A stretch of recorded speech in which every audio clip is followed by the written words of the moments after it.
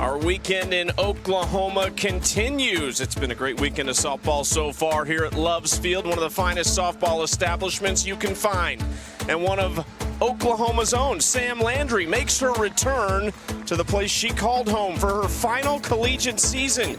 Landry won 25 games and almost 200 innings pitched in a first-team All-SEC performance for Palacios and the Sooners. Back in the circle at Love's Field, where she is very familiar with the setting here, and the fans love her, trying to help the Volts climb up the standings and chase down the Talons and the Bandits, who just picked up win number 9 of the season after falling behind 5 runs early to the Blaze. Game 3, Talons and Volts. Volts still looking for their first win of the weekend.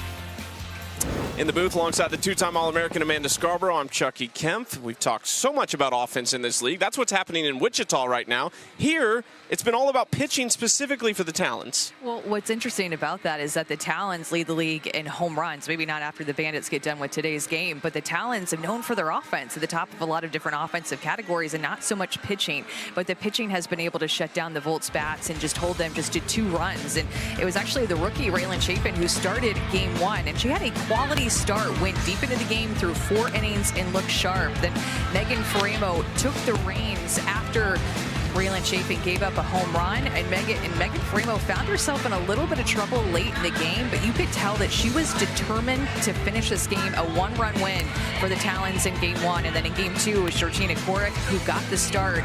7 strikeouts, a complete game for Korick, and a complete game shutout. 7 strikeouts. So those 3 pitchers up to this point in this series have looked so sharp as a pitching staff. In 14 innings, they've only given up those 2 earned runs. 15 strikeouts, too. Just the 5 free passes, which has been a way different story on the other side when it comes to free passes, especially in game 1 of this series. A late change in the lineup. Allchin will lead off instead of Sierra Sacco, who was a late scratch. Victoria Hayward slides into the 9 spot and will play center field. Of course, keep an eye out for Tori Vidales on a 5-game hit streak in the cleanup spot, right behind Hannah Flippen, who's arguably the MVP early in the season right now for the Talons. Sam Landry out of Mont Bellevue, Texas, back in Norman. First appearance on this field since May 23rd, a Supers complete game shutout of Alabama, helping Oklahoma reach the Women's College World Series again. I know she's excited to be back here on this field, pitching in front of these fans, and a field that she is very comfortable with. She's only here for the 1 season, but with the season that she had and the respect that she gained from the fans, Patty Gasso and her teammates, it just seemed like she played all 4 years here. But Louisiana for 3 and then OU for 1 for her final season. There's definitely a connection between this place and Landry for having only played 1 season, and really across the country, because she played at Louisiana, which has been a great program for a long time, but she just became this national superstar in college softball playing at Oklahoma this year. We've talked about the glasses look that we see so many young girls walking the stadium rocking now. And what a special moment for her. You just have to wonder, when she threw that game against Alabama, did she ever think she'd be back on this field? And here she is with the Volts. And here's Allchin, who already has 3 hits in the series. She's also reached by a hit by pitch. She'll be out in left field, and speak of it, there it is. High on base percentage for the Talons because of the way that they draw walks and also hit by pitch. So a lot of free passes given up to them, a lot of respect for their pop. And this is what Landry is going to be working with today, leaning mostly on her drop ball, a pitch that she threw a lot in her senior year at OU, more than the prior 3 years at Louisiana, and a changeup thrown at 27%. That's actually her favorite pitch to throw and her best swing and miss pitch. There it is. Just high to Charlize Palacios.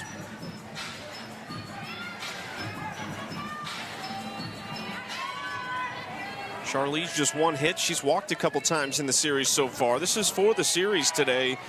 If you're the Talons or a Talons fan, 1 more win will give them 3 of 4 at the very least. Series finale tomorrow night. And then it's a 2-week break right in the middle of the AUSL season. Ooh, that That was a nasty pitch for strike one. That's such a good pitch for her. She really sells that pitch, and not only does she get about a 31% whiff rate on this pitch, she also gets a lot of chases on it. That one through the zone, she can locate it for a strike when she needs to too. 2 strikes.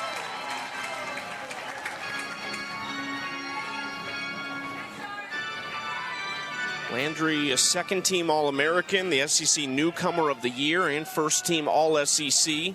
After 3 years at Louisiana for Jerry Glasgow, he went to Texas Tech. She comes to Oklahoma, and she's got her first strikeout of the night. Yeah, I know it's just the first inning, but I feel like she looks really fresh and rested. It's been a grind of a senior season to then just quickly turn around from playing in the Women's College World Series, where she pitched a lot and a lot of heat and pressure-filled games, to then come. Allchin easily in at second base. She's been using the wheels this weekend. It's been a great asset out of the reserve player pool.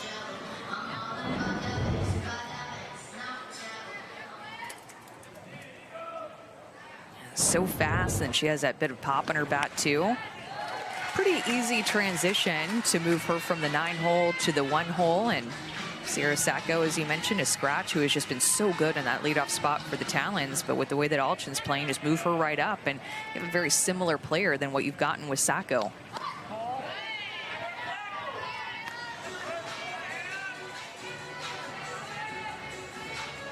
There's Sacco, who, see if we can get word on that situation. Hopefully nothing serious. A very late scratch, about 10 minutes before the game started, got word that they were making that lineup change. Outside from Landry, ball 3. This is Hannah Flippen, who has just been raking this year in every situation you can imagine with runners in scoring position, though. 7 for 11, couple home runs, 12 RBIs. 4th round pick in the AUSL allocation draft, and she will walk for the 3rd time this series. This crowd has been super even. They've been super energetic all weekend. I have a good feeling, though. There's a lot of Volts fans today because of Sam Landry in the circle. Yeah, and of course, then Tiari Jennings over at shortstop, too. Gets a really loud cheers whenever they call her name out for the starting lineup past couple of games. The lone Sooner for the Talons, Sydney Romero, has not played. She's on the injured reserve list, unfortunately. That happened in their midweek games against the Bandits. Tori Vidales takes inside ball 1.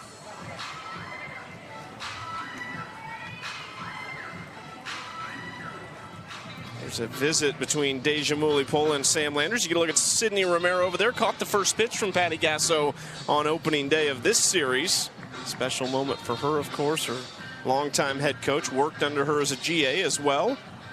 You know Sydney would love to be on the field this weekend. She's told us even in the midweek games that she was looking forward to Coach Gasso seeing her play as a professional for the first time. Such a bummer that she's not getting an opportunity to play this series. Finds herself on the IL along with a couple of other players in the Talons that are some big name players on the IL. Inside to Tori. We saw that visit between Mulipola and Landry. Take me through that first time working with a catcher. Yeah, I think just trying to get on the same page and also communicate about where some pitches are missing and what Mulipola is seeing. Mulipola had come over from the Japan League and was a late arrival. We're just trying to get that familiarity again, throwing that changeup in a hitter's count, a 2-1 count, a pitch that Sam Landry just has so much confidence in. Deja was a 2-time National Catcher of the Year at Arizona and an Olympian. 2-2 to Vidales and fouls that back. Tori has kind of become known as, kind of hazes the rookies a little bit because of how good she is at the plate off of these rookie pitchers, and that's been the joke about Tori, is that's her way of hazing the rookies. 2-2. 3-2. Had a really good day at the plate yesterday with a couple of doubles. Had a good BP before the game yesterday out on the field too. You could just tell that she was squaring some things up and took it right into the game.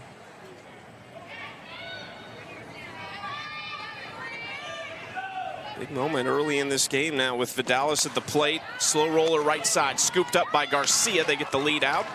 No chance for the double play. Yeah, I like the communication here with Rachel Garcia, who we've seen in the circle a lot, but don't forget that she can play a great first base too and hit for herself, but great communication by Jennings and Garcia, who was moving towards second base, but the way that the hit took her, so an easier play just to have her momentum going towards second and get the lead out. Landry hoping for a clean inning. Allchin 60 feet from home though for Caroline Jacobsen, who's driven in 3 of the Talons' 7 runs in this series. They won the opener 3-2.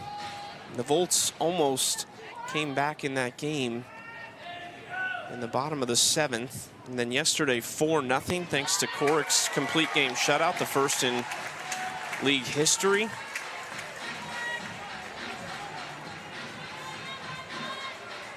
Jacobsen down 0-2, a .419 average, has driven in 7 runs in the first half of the season so far. Ground ball, chance for Romero. Landry strands a pair, and a good start for Sam as she returns to Love's Field.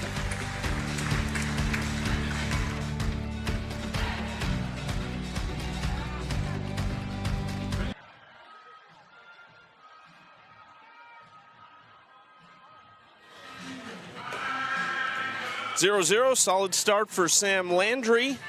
Back in familiar territory, now hoping her offense can give her a boost here in the bottom of the first inning.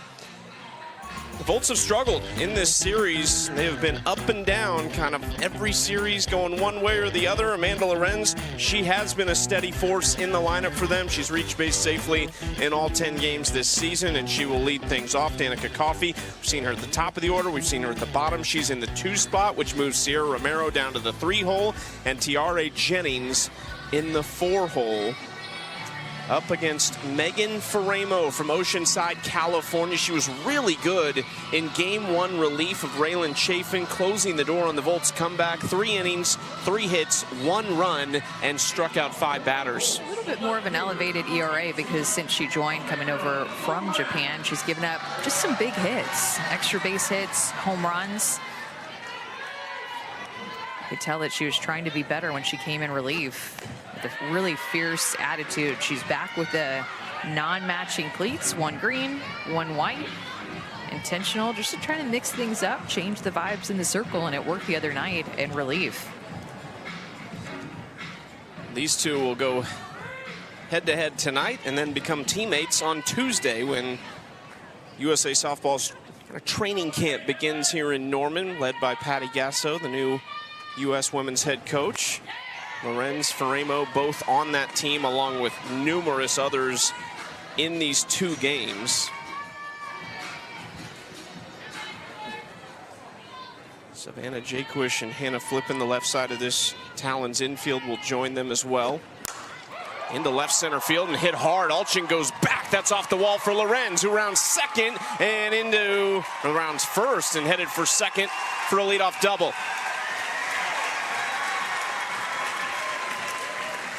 We haven't called all of Lorenz's games at this point in the season, but for games that we have called, this is the best swing, best hit, best barrel that I have seen her have. A double for Lorenz, and you could tell she was looking for something up in the zone, prepared for that Megan Faramo rise ball. She got it, and she drilled it.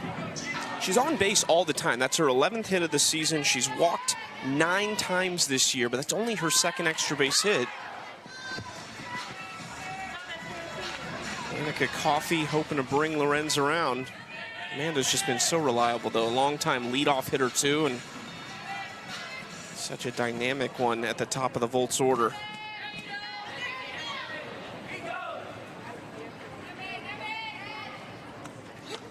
Saw her before the game, too, and just chatted with her, and could tell that this feels like maybe a must-win game for the Volts. Losing the first 2 games of this series, just needing to find a way to get back in the win column. Easy one for Palacios. unable to advance Lorenz to third. Talked about how Faremo is more up in the zone. It's a rise ball that Amanda Lorenz hit, and it's a rise ball that D Coffey just bunted or popped up, I should say, in a bunt situation. It's a pitch that she'll rely on a good amount of time. 27% of the time with her rise, her go-to is her curveball, and it's also been the pitch that has been the hardest hit for her. Important for her today to locate her curveball, especially with 2 strikes. That's going to be the difference maker for her curveball with 2 strikes and her curveball finding corners.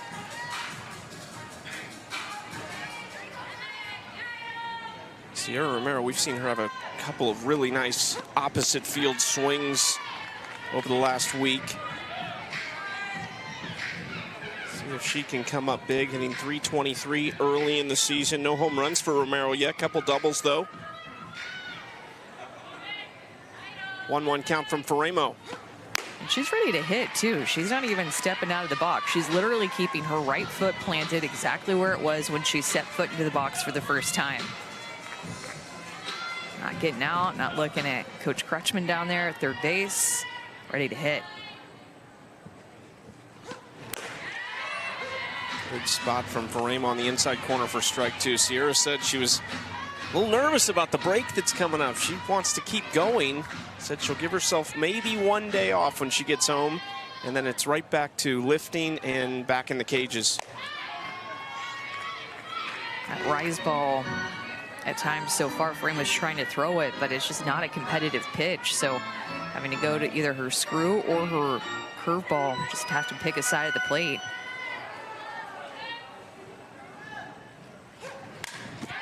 Fouled straight back by Sierra. Of course, we talked about her sister Sydney in the other dugout. Her younger brother Mikey's having a great week for the Red Sox AA affiliate. Seen a couple big home runs for Mikey this week. And Sierra draws a walk. And then the youngest Romero, Sophia, is at Boise State. Now batting the shortstop, number 23, Jennings. Now Romero gets to watch Jennings.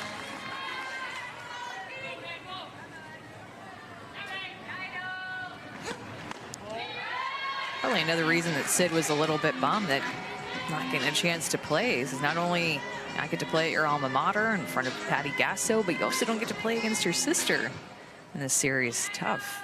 And on this field, the other two Sooners here got to play at Love's Field. Sydney Romero was long before Love's Field maybe was even a thought for Oklahoma.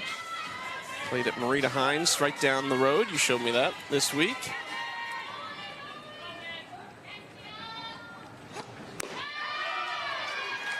Three and 0. It's missing in some of these pitches. Not great command for Faremo. Throwing some good pitches every now and then, but like that last pitch was a curveball that missed low like a drop. There was a screwball earlier in the AB that also missed down like a drop, and her rise ball just too high right now. Just trying to find a rhythm and find something she can throw for a strike.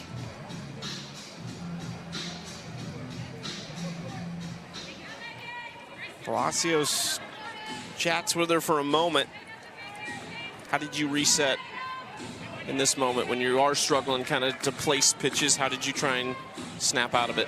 That timeout is huge, just as a little reset. It might not seem like much to the naked eye, but that timeout is everything to catch your breath and regroup. Especially with the pitch clock as she finds a screwball for a strike, especially with the pitch clock of just being 15 seconds. The game, when you're not in a groove, when things aren't going your way, the game can really speed up on you. It makes it seem like it's going even faster. Jennings to left field and deep, but Allchin tracks it down just before the warning track for out number 2. It's a huge out for Faremo. Down 3-0 to Jennings, finds a screwball that catches the corner. Probably just a full take by Jennings on the 3-0 count, knowing that Faremo's struggling to throw strikes, and then gets her on the changeup, a little bit more off the end of the bat. Jennings got a lot of it, and she's really strong, but just didn't get all of it. Speaking of strength, Rachel Garcia's home run in game one, traveled almost 280 feet. It actually left the ballpark entirely over the iron fence that spans the concourse in left center field. Garcia falls behind 0-2 to her former teammate. Garcia kind of showed Faremo the way at UCLA when she was a freshman there. Well, and look how important that timeout was by Palacios to reset Faremo. Now gets the strikeout. Ever since Palacios came out to talk to Megan Faremo, it reset her, and she got the out of Tiari Jennings. She got the out of Rachel Garcia. That is a huge job by Faremo and Palacios, taking control as a catcher, working together as a battery, and resetting within that inning, keeping the Volts off the board.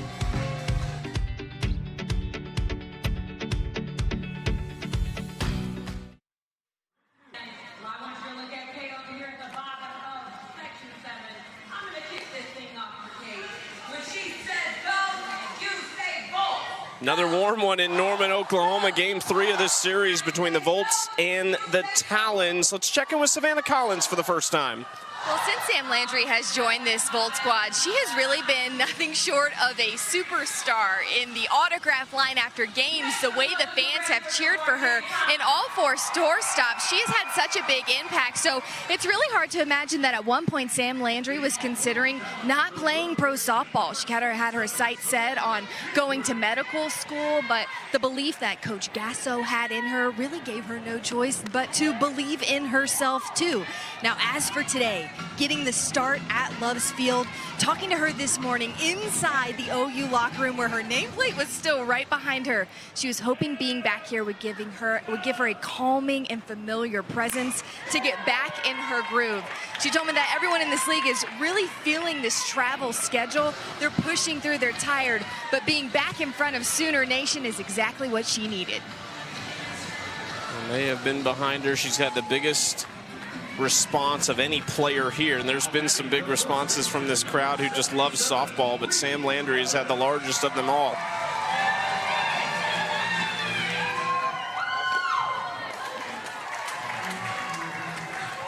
Savannah Jaquish leads off the inning with a single. Now Ellis, who took the day off yesterday, been reaching base a lot. She's walked a number of times. Haven't seen those big swings from Bree. Hit her first career home run last weekend. Just haven't seen that dominant hitter we saw at the college level, and I think everyone around her is saying, it's going to come. She's Bree Ellis, it'll come. It might take a little while, but definitely will come. It's just different. You get so familiar with your staff at Arkansas and working with DJ Gasso, your hitting coach, and the rest of the coaching staff and your teammates. I mean, it's just a sharp transition to go from playing college ball and then a week or two later, you're on a brand new team and have a lot of pressure after winning National Player of the Year. High expectations. How'd you deal with it? Big 12 Player and Pitcher of the Year in your first season? Yeah, I definitely had what's called a sophomore slump the very next year, and then All-American my junior year. So the tough part is like you, especially now with social media and just all kinds of TikToks and tweets, you see all that stuff and probably even put more pressure on yourself. I'm just happy that I did not have to deal with any of that. I mean, that is just added pressure after you get a lot of attention. And she handled it really well her senior year for all the attention that she was getting throughout and having one of the best single seasons ever of any player. There is a Bree Ellis swing. Drives it foul, though.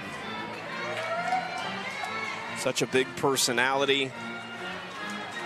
Tell really, we saw her on opening day. Just looked like she was having the time of her life. Comfortable. Getting to know her new teammates.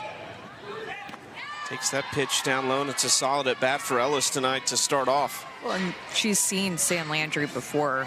Arkansas and Oklahoma played each other for a 3-game series. So I've seen Sam Landry just a few months ago. I think that was back in March. 3-2. Got her swinging.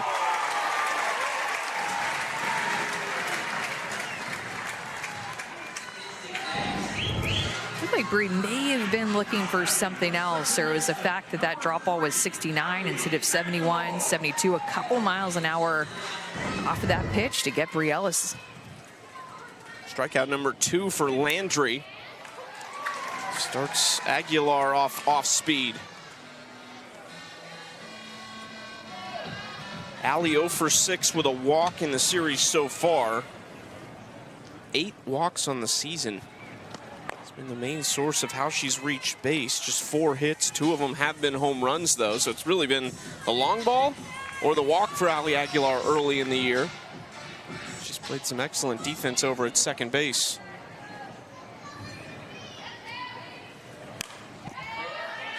Falls behind 1-2.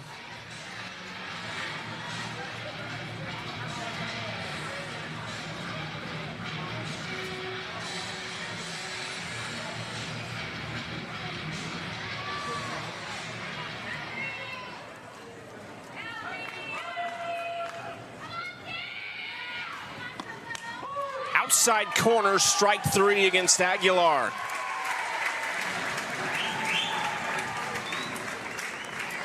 Now Landry will throw that screwball, which is the pitch that Aguilar struck out on 12% of the time. Look how far out she steps toward first base to create that angle for that pitch that will land on the outside corner to a left-handed hitter. It's very distinctive with how she manipulates her body to throw that screwball. Really wants to create an angle by stepping more toward the first base dugout to be able to get inside that pitch and rip it the outside corner. Victoria Hayward getting the start tonight because of Sacco's absence.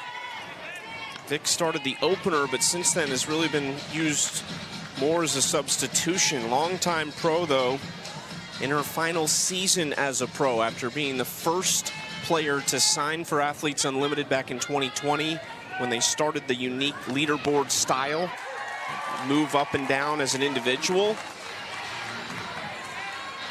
Vic believed in it then, so when the call came for the AUSL, said yes to it again, and that's how she'll finish her softball career. A resume that spans a long time as a member of Team Canada, was the youngest ever member of the Canadian senior national team, a star at Washington, and then as a pro.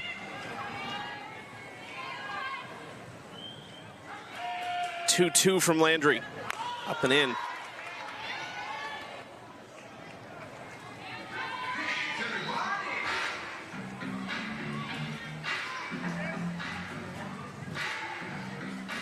After a leadoff single, Sam trying to strike out 3 straight to finish the second. First time through the order as Hayward hitting in the 9th spot. I feel like Landry looks really good. Good movement on these pitches. I feel like just she looks whippy and loose, creating the good spin, and her changeup is on in this game. A little softly toward Jennings. That leadoff single comes to nothing. Sam Landry, couple zeros.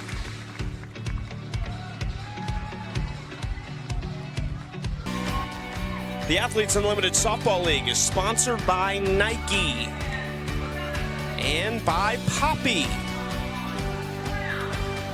Sam Landry in the Oklahoma colors loved her time here in Norman, although it only lasted 1 year. Already finds herself back here at Loves Field. And 2 zeros on the board. How many times have Sooner fans seen that this season? Her final appearance here was in Supers against Alabama on May 23rd, a complete game shutout. Struck out 5 batters. She already has 3 strikeouts in the first 2 innings tonight. You said it, she's rested too. She hadn't thrown for a few days after a grueling college season.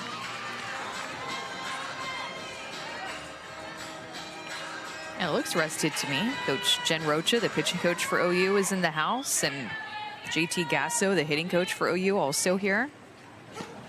Getting to pitch in front of your old staff. It's awesome. Talked to Coach Gasso earlier this weekend. She's probably talked to her more than that too, but she's gotten to reunite with everybody at Oklahoma since returning to Norman on Friday. Bianca Stelli takes strike 2 from Faremo.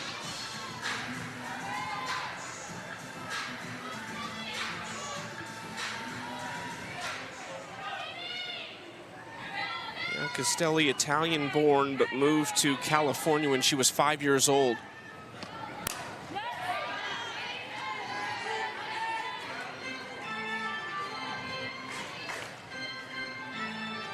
One for 6 in the series with a run scored. Has been out in right field since returning from Japan for the Volts.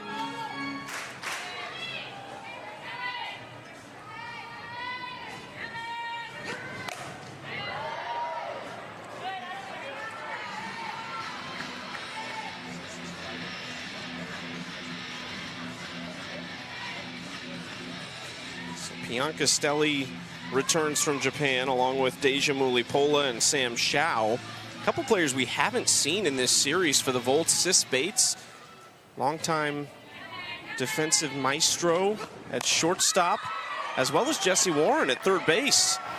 Vic Hayward runs in to make the catch for out number 1. They're trying to figure out what pieces work best, but those are two big names that we have not yet seen in this series. Yeah, getting Deja Mulipola back in the United States and back present with the team has been huge. There's Sis Bates in front of the dugout, cheering everybody on. Mia Scott on deck. But getting Deja back, I think a huge piece of that, back behind the plate with your battery mate. And of course, her bat too, her experience, her leadership, her athleticism. I mean, Deja Mulipola on her own brings a ton to a team that had been missing for the first few games without her.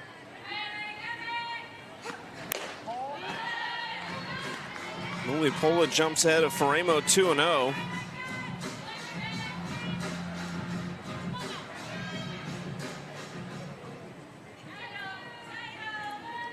Deja 1 for 6 in this series. Was 0 for 2 when she returned midweek, so just 1 for 8 on the season. It's early in this game, first time through the lineup, Faremo facing the Volts for the second time in this series, but she's using her off speed a little bit more than what we saw in relief. And I think that is going to serve her well. Maybe something that Herb Palacios talked about before the game, wanting to use it a little bit more. I was wondering where it was, even in her relief outing, but maybe that was a strategy. Used her changeup just 4% of the time in relief the other night.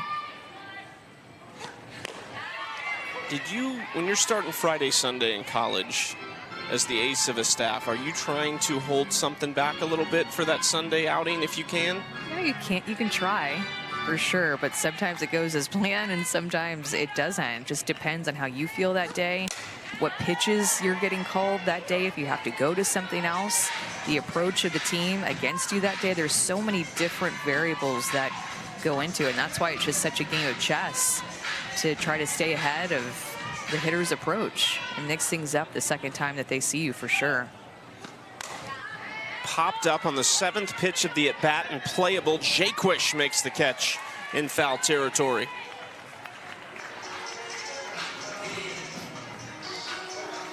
Now batting the third baseman, number 92, Mia Scott. 4 straight retired for Megan Faremo, and she'll face Mia Scott now out of Texas.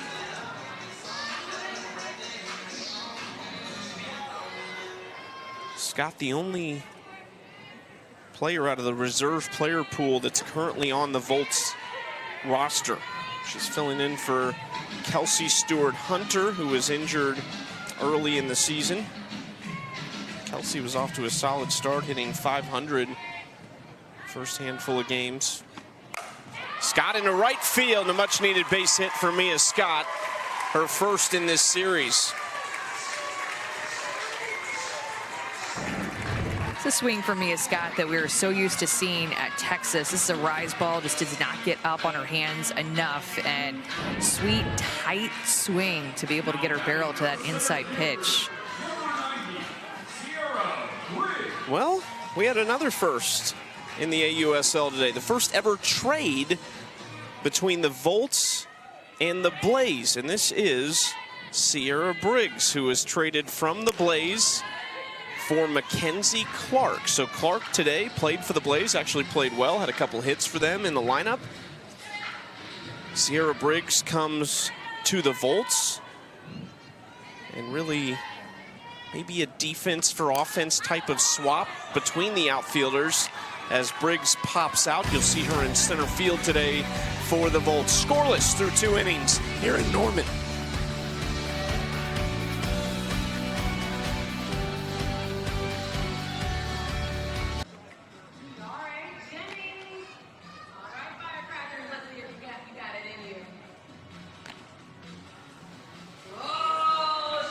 Top of the third, scoreless between the Talons and Volts. Volts trying to get on the board in this series after dropping the first 2 games, and really some great pitching on both sides for the most part in the series. We're seeing more of that today between Sam Landry and Megan Faramo. Deja Mulipola, the 4th-year Athletes Unlimited pro out of Garden Grove, California, mic'd up behind the plate for us, working with Sam Landry for the first time today. Deja, what's it like getting in the trenches with a pitcher for the first time? Hey y'all, thanks for having me. This is actually my 2nd time catching. That's right, you got her this week, didn't you? Yes, I was lucky to have her last week. It's been so much fun. Sam is a ball of energy. She doesn't look like it on the mound. She has very calm demeanor, but off the field, in the dugout, she has a fun personality. Top of the order for the Talons, Jalen Allchin leading off the inning.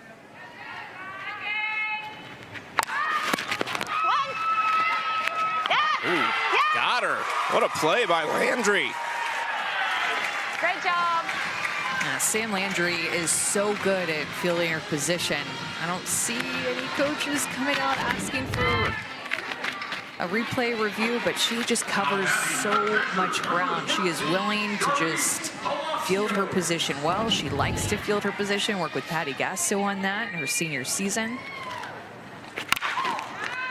Hard hit ball to Scott at third. Well, second time through, Deja, how do you try and adjust to these hitters? Obviously, what you're doing is working, but what's the plan the second time through? You know, you just got to keep mixing it. The Talons and every athlete here is just a competitive batter, so you can't keep anything the same too much. You got to keep them guessing. Dangerous Hannah Flippen walked her first time up, 2 outs. Curious, Deja, when you first caught Sam Landry, what were a couple of things that you noticed that stuck out about her? Initially off the bat, Sam is very confident in her pitches. She was actually calling what she wanted in the bullpen for the first time, which I love as a catcher because catchers usually rely on us to tell them what to throw, but she was very, this is what I want, this is how I like to do it, and owned it. I love that. 2-0 to Flippen.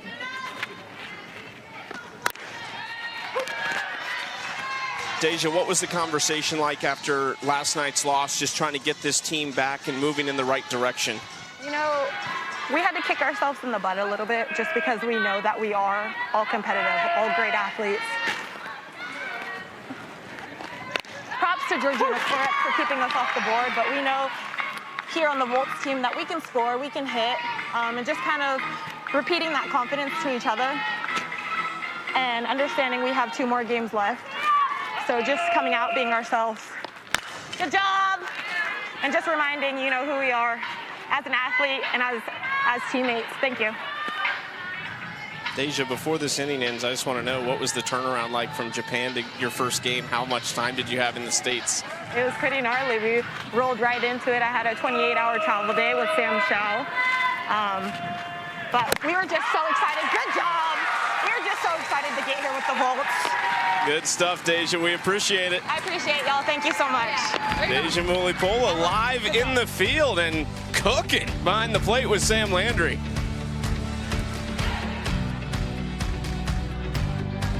I'm Amanda Lorenz, outfielder with the Volts, and this is my player profile. I love hanging with my dog, Blue. I really like to take him everywhere with me. He's trained, so he likes to go out, and I take him to the baseball field a lot. He's like my right-hand man. I love hanging out with him. I wear the number 18 because in T-ball, my dad asked me what number I wanted to wear. I asked him what number he wore, and he said he wore number 18 when he played baseball in high school, and so I said, great. I started making sourdough like last fall, and it feels like it was like really trendy on social media, and I love making weekly loaves and making things out of my sourdough starter. And that is a wrap. Amanda Lorenz from California, lives in South Carolina, though. Her husband, Griffin, an assistant coach for the baseball program at Clemson. And Amanda Lorenz still raking for a long time now. Graduated from Florida in 2019. SEC Player of the Year in 2018, Freshman of the Year in 2016, four-time All-American, and a member of Team USA for the World Games in August in China. 1-1 from Faremo, fouled off for strike two. What do you like so far about Megan Faremo? Especially, we talked about that visit between her and Palacios, and since then it's really clicked for her. Yeah, I just like how she's worked through some things. I don't think that she has been perfect, but I feel like she has found a way to figure it out, especially after Palacios did come out and chat with her.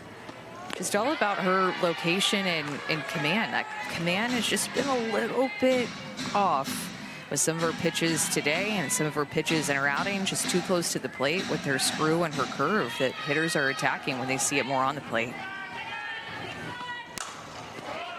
Through the 5-6, stabbed by Flippen, but Lorenz is on with an infield single. A determined Amanda Lorenz is not a hitter that you want to mess with. Determined, and her first at bat with the double to lead off the game, and then you could just tell determined with 2 strikes to find a way to get on. I feel like hearing from her before the game and just hearing from Deja Mulipola about the team meeting, the talk that they had after yesterday's game before this game, you can tell that this team wants to find a way to get back in the win column.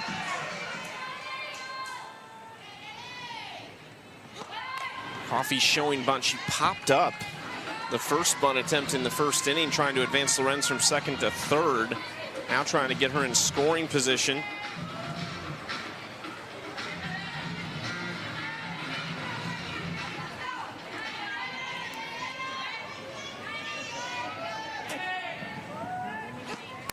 Coffey to right field. Jacobsen back at the track for out number 1. We have not had a hit today with runners on.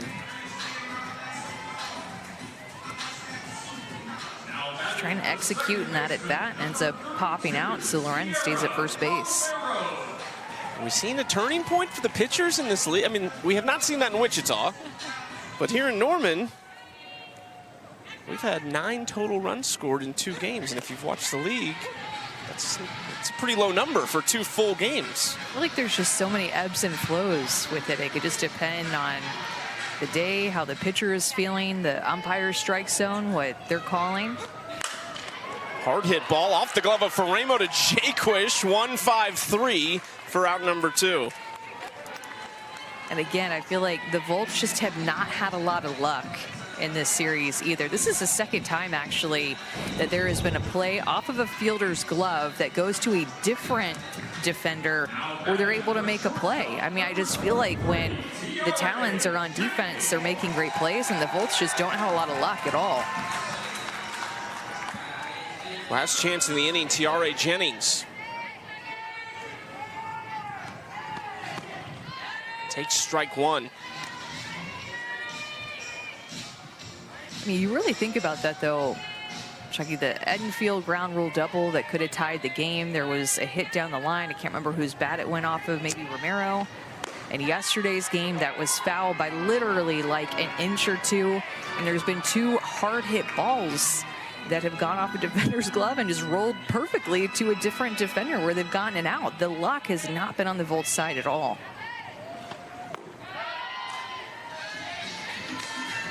This feels like an important game, too, for just the standings.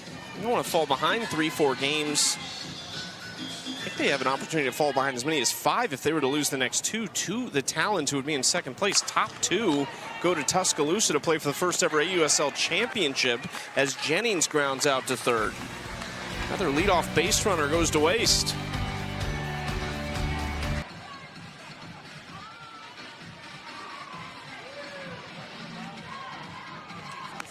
Thank you. 0-0, top of the 4th inning. A little pitcher's duel here between Landry and Faremo continuing. And we are joined by someone who's been a part of many pitcher's duels in her time, especially in the pro ranks.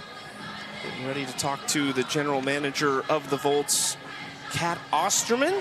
Getting a great start from her first overall pick in the AUSL college draft. And Kat now joins us. First season as general manager, of course, as the Volts. And I want to start just league overall. How much have you enjoyed kind of this format again and seeing these teams compete?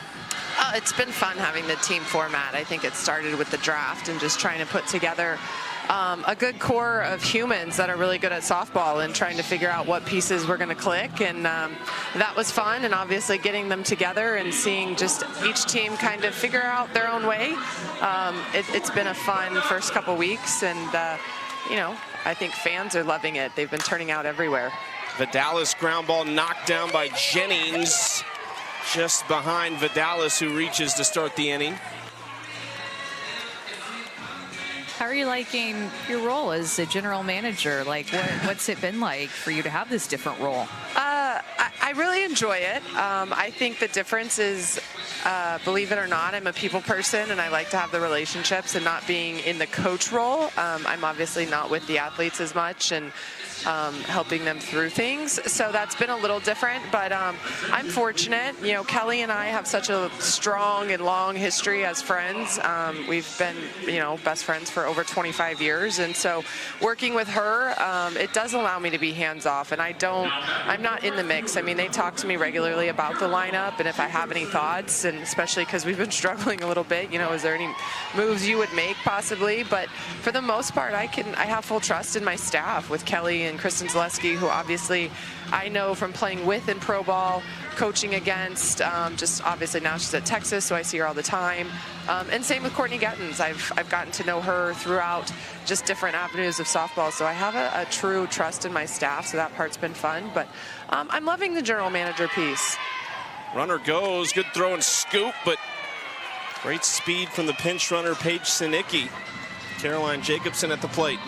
Well, speaking of your GM roles, I mean, the huge news today was the trade that happened. What went into that, and how did you guys make that decision? You know, first I'll say we loved Mackenzie Clark, and Kelly and I really believed, we thought she could thrive here in this with this roster, and she showed some bright spots, and there was definitely positives with her. But the hardest call I've had to make so far in my short GM career was last night, and telling her we were going to go ahead and trade her.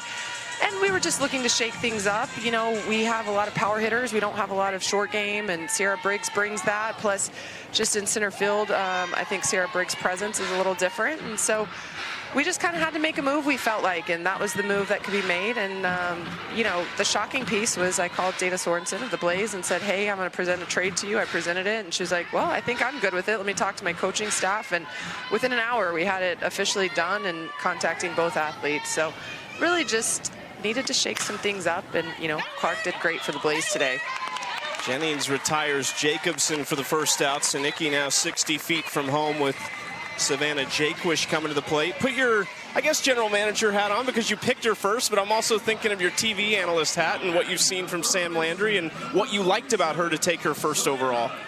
Well, you know, coming out of the allocation draft, we had a thought process of what we might do, and that actually changed probably about 48 hours before the college draft happened. And we just looked at numbers, and Sam Landry's splits against righties and lefties were so incredible. She actually had a lower batting average against her with left-handed hitters than she did right-handed hitters, and so we thought that was something she could bring to our team when we didn't have a lefty pitcher. But I've watched Sam for a long time. I was at Texas State when she started at Louisiana.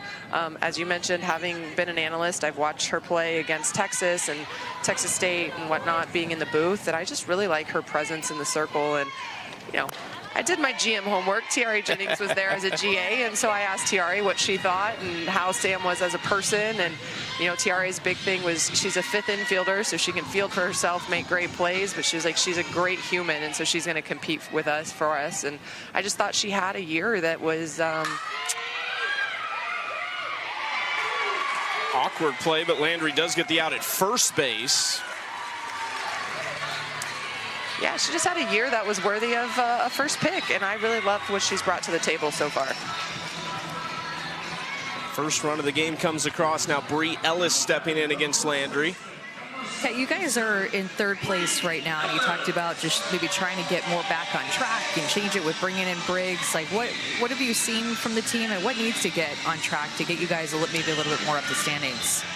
Well, I will say the one probably wrong move I made, although I like the offense we have, is that I had both of our catchers were in the Japan League with Stelly and Dejamuli Pola. Thankfully, Michaela Edenfield was still there within the second round of the college pick, because we left the allocation draft and I said, Kelly, both of our catchers are gone. We didn't think about that while we were doing the allocation draft. And I really think we were probably the last team to get all of our pieces together, with 3 of them coming over from Japan. So it took a little bit because the lineup's been shaken up. You know, I've talked to a few of the girls and they're like, the locker room's fine, we're not panicking. And I'm like, I'm glad you guys aren't, because you don't want to hear what I'm saying when I'm watching TV. But, you know, I think you just have so many moving pieces and people going in and out. Sometimes it's hard to get everything clicking. And so I know we're about to take a break, but I really think this group here in the next 2 games, hopefully, and then obviously second half, really come back clicking, because I do like the group. And I think as people, they're all enjoying playing with each other, and everyone's kind of just trying to figure out what's the one piece that's going to get this group really just going and on fire. We really appreciate you joining us, Kat, as always. You sure you don't have a couple more innings left in that left arm? Oh, I wish. I threw BP to this team and I was out for another 4 days after that. So all right. I think the days are done, but you know, every now and then I joke that I might just go ahead and put myself in a uniform and sign a contract. Glad you got the GM hat on, and glad to see you in the booth as an analyst as well. Thank you guys for having me. Thanks, Appreciate it. That is a legend sitting just next door to us up in the press box as Landry gets Ellis to pop out, and Scott comes in to make the catch for out number 3. 1 run comes across, a little bit of an awkward play, but we're on the board. How about the speed for the Talons? We've talked about the home runs. They lead the league. We talked about their pitching, but it's the speed that got Sinicki to second base. They advance her over to third, and it is a squeeze, a surprise squeeze from Jaquish that gives Talons a 1 run. In Wichita tonight, Bandits storming back down 6-1. Aaron Koffel, a 3-run shot that gave them the lead for good. 8 of their 9 runs scored today were off of home runs, Amanda. They hit 4 total. This one by Bubba, the last one. I need to take another look to see who is actually leading the league now in home runs, because the Talons were up there and then the Bandits just piled it on. The Bandits have just been so good, Chucky. I mean, finding different ways to win, come from behind wins, a lot of scoring late in games when they're trailing. Their pitching has been good. Their defense has been strong. I mean, Bandits doing everything right, and that's why they are at the top of the league. Garcia lines out first pitch of the 4th inning, 1 away. The Blaze just 1 win this season. A team that has a lot of talent, a lot of offensive pop. They have lost all 4 games that they've scored 6 or more runs in. And some that just really hurt. I mean, there was 1 game against the Talons in game 1 of their series when Blaze and Talons were going head-to-head. The Talons were up 12-1. There was a rain delay, and then the Blaze came roaring back, tied it up 12-12, 11 unanswered runs. But then in the 7th inning, Sierra Romero hits a home run to win it. I feel like that was a defining weekend, a defining game maybe for both of these teams, both for the Talons and the Blaze in different ways. Just feel for the Blaze. It's a team, too, that from the outside, I mean, given what's happened early in the season for them, they seem to have stuck together through it. They've still shown some resiliency.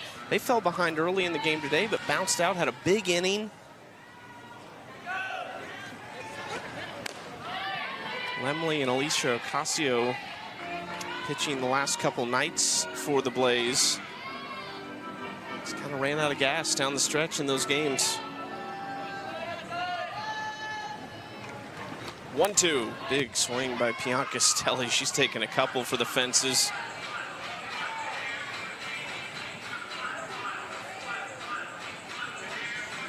Bandits have just played really well together, though, Chucky. I mean, through this entire season, it's just, they came out of the gates really strong in a lot of different ways. When Kat was talking, the Volts kind of one of the last teams to get all of their pieces together. The Bandits were the first team to have 99% of their pieces. Mia Davidson was their only player that was playing in Japan. So they've had basically their entire team all season long, and you've talked about it throughout the year. They've taken advantage of the other teams that haven't. Which seemed like it was important to do when the teams were missing players, and it just built their momentum and built them confidence to now the teams are filled out. Everybody is pretty much here, and they're still just playing good ball. They worked hard in the training 10 days before the season started. Stelly goes down swinging. Just the second strikeout for Faremo. 2 away here in the 4th. She had 5 the other night in relief. This is her first one on her rise ball, getting Stelly to chase that pitch well out of the zone.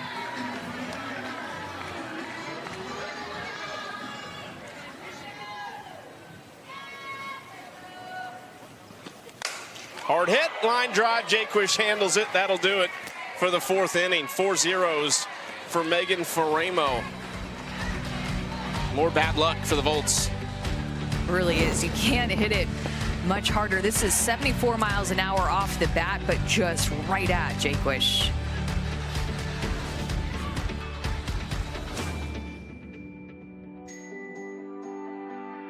Boss lady, I think of a boss woman. Coach Gasso is the GOAT. She knows everything that she stands for, and she stands on it strong, and she's not going to waver. She's able to just make sure that everyone is not settling and not being content, but always understanding that they're capable of more and they're able to push for more. She creates that high expectations and those high standards for you, but you can always go higher and higher and above it, and that's what I love about her. She really cares for not just the softball player, but the human, just being able to grow and being able to just challenge yourself as a human off the field as well. She's really taught me just to enjoy what I'm doing and have fun and understand that softball is what I do, it's not who I am. And I'll look up to her for the rest of my life. For the inaugural 2025 season, the Athletes Unlimited Softball League is teaming up with Coach Across America to spotlight the power of coaches through powerful stories from the mentors who shaped our athletes to the elite players they are in the dugouts now. A lot of those players we just heard from our coaches. Tiare Jennings as a GA. Kaylani Ricketts, an assistant coach at Pacific. Sydney Romero, an assistant coach at Oregon. Into right field and deep. A no-doubter for Ali Aguilar, and a fantastic catch in right field by a lucky fan. Aguilar's 3rd of the season. Over half her hits now are long balls.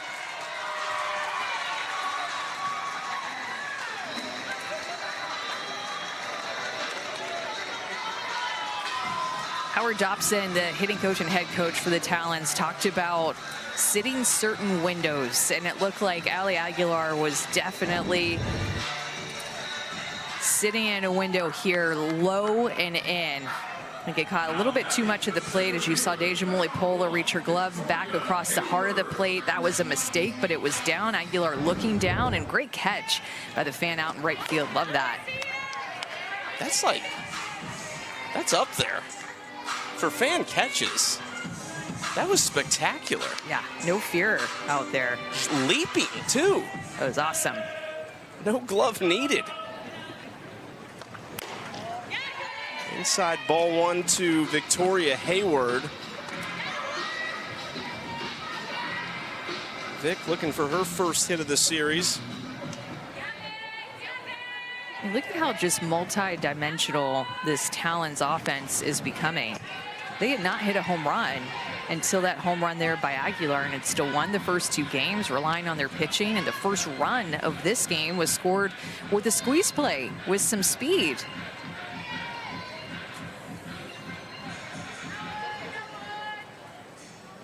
From Savannah Jaquish, no less.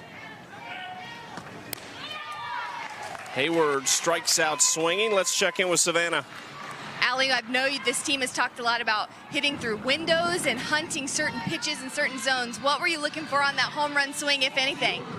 Honestly, I was just looking for something I could be on time for. I've been struggling a little bit at the plate, so just trying to get my swing off. How do you feel like things have built up to that moment in Game 3 of this series? Yeah, I mean, we want to take advantage of every win, every pitch that we can. So just trying to keep the momentum going into this game, into the next game, too. Sure, home run will do it. Thanks, Allie. Thank you.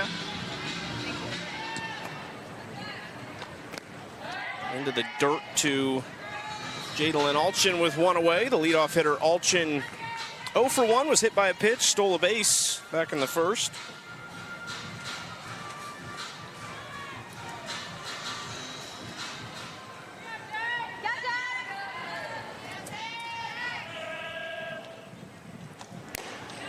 Spot on the outside corner from Landry, trying to have a quick response after the solo home run. Is still throwing a great game so far. Just the 2 runs allowed, and one of them unearned because Vidales reached on an error last inning. Ground ball back to Landry, knocks it down, and handles business for out number 2. Amanda, one of my favorite parts about the inaugural season of the AUSL is the tops cards that we're seeing from some of these athletes. This was Sam Landry making her professional debut, got a tops now card. What they do is basically release these cards limited time for certain moments. We see it in the MLB and with other sports and events as well. And we've seen 8 now get released for the Athletes Unlimited players. They've been fantastic. They tell you the print run, how many people purchase those online. Sam Landry's the best seller. Almost 5,000 cards were purchased. 5,000? And as someone who frequents those, I can tell you that is a big number. Okay, but give me a comparison for maybe another card that you've seen at some point. Shohei Ohtani's Dodgers debut was under 2,000 for pitching. His pitching debut for the Dodgers a couple weeks ago was under 2,000. People are loving this league, and everything is just done so professionally, from the tops cards to the uniforms to the branding to just, I mean, you can name, to the support staff. You could just name one thing after another. The tops cards are a great addition. I think the first ones I got are in the mail right now. I'm excited. Really? Yeah, I'm excited. I haven't got them yet, but I think they're on the way. But you're such a collector. I love that about you. It is something that I'm not as familiar with, so I definitely lean on you for the tops world. Into right field and deep and gone. Charlize Palacios, for the second time this week, goes yard.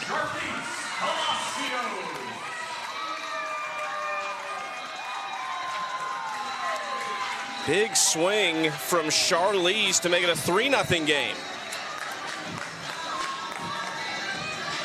It's a 2-2 count, and notice that Deja Mulipola was set up on the outside corner, but look at how her glove reaches back across the plate as that pitch is coming in. So you see her kind of set up on the outside corner, and then she ends up leaning more toward the middle of the plate, showing that that pitch missed over the heart. And Palacios with another big home run.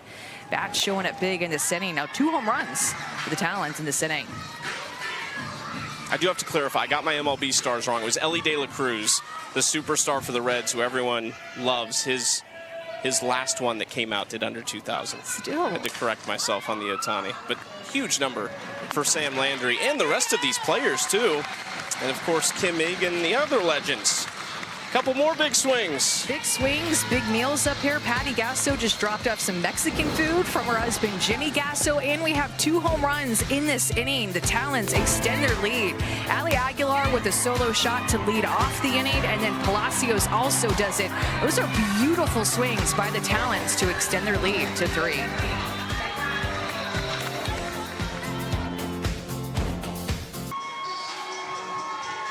3-0 Talons over the Volts. A few big swings from the Talons in this game. The difference as we go to the bottom of the 5th inning.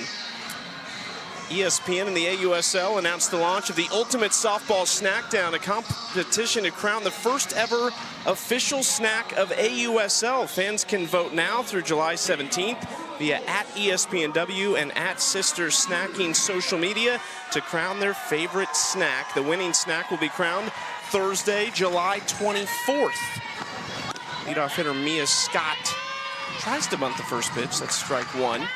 It's a good little changeup there from Faremo, pitch we haven't seen a ton of.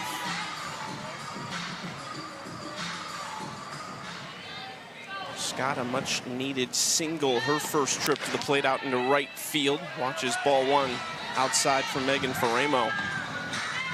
Faremo trying to go back-to-back. After a great night last night for Georgina Corrick in a complete game shutout, Faremo's spinning one right now. Up and in, and that gets Scott.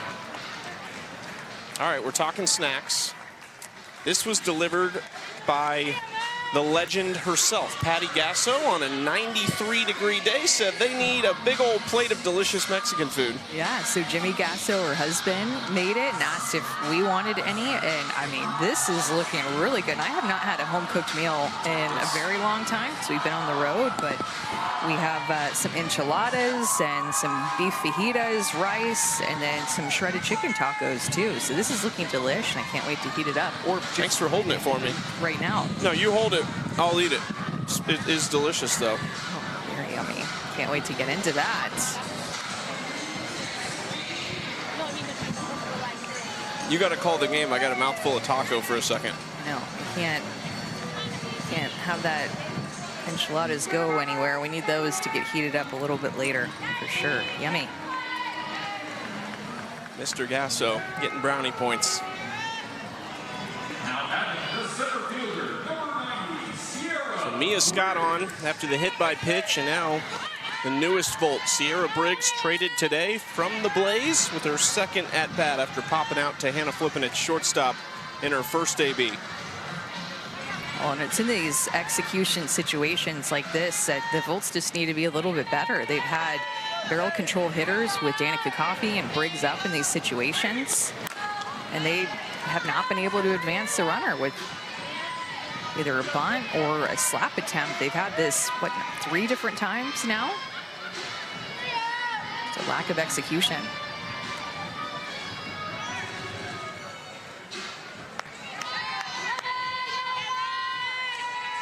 They only left 4 runners on base last night, left 6 on in the opening game of this series.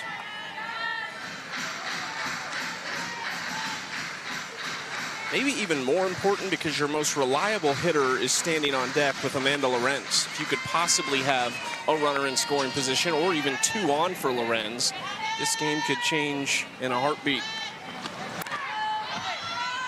Briggs staying alive. One of those slaps that just kind of, if you're not familiar with softball, may look like a bunt with 2 strikes and a foul ball, but it's not. It's a slap that she's trying to get to, more of a soft slap versus a power slap, just trying to put the ball on the ground and find a way to advance the runner. Back to Faremo, turns to second. It's dropped by Aguilar. Scott's going to take third. Briggs tripped going around first and crawls back to the base, and she's a little shaken up over at first. Didn't see what happened, just saw Briggs on the ground. She is in some pain.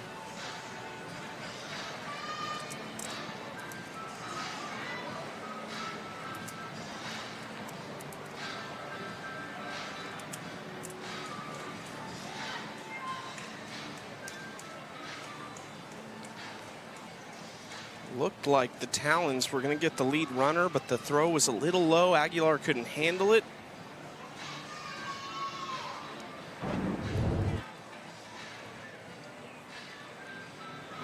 Yeah, definitely should have been an out at second base, the throw that Aguilar should have had. And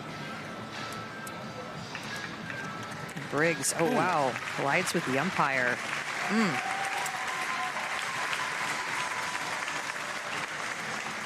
At first, I thought that it was a non-contact injury, which I was worried about. I didn't see the contact with the umpire, who just moves right into her.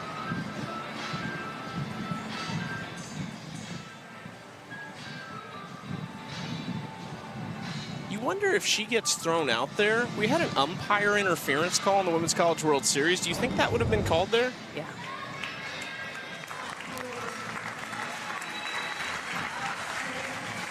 So Briggs on her feet, maybe just got the wind knocked out of her a little bit. She just ended up kind of down the line, so it was an awkward angle, and then the umpire was running to get into position, I think.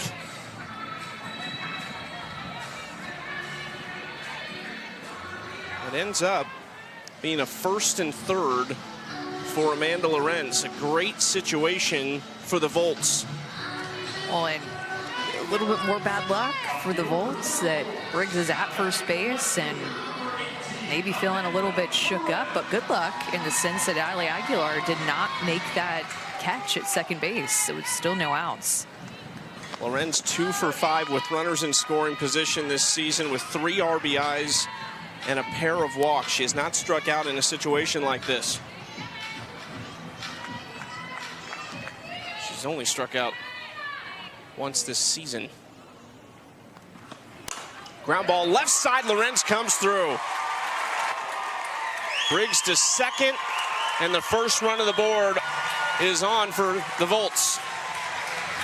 It's a good answer back by the Volts, and Amanda Lorenz able to beat the shift. Hannah Flippen was leaning more toward up the middle of the field, maybe expecting a steal. Maybe that's just where she wanted to play based off of the spray charts, but Lorenz now 3 for 3 on a day that she told us before the game, we've got to find a way to win this one. Chips away at the lead.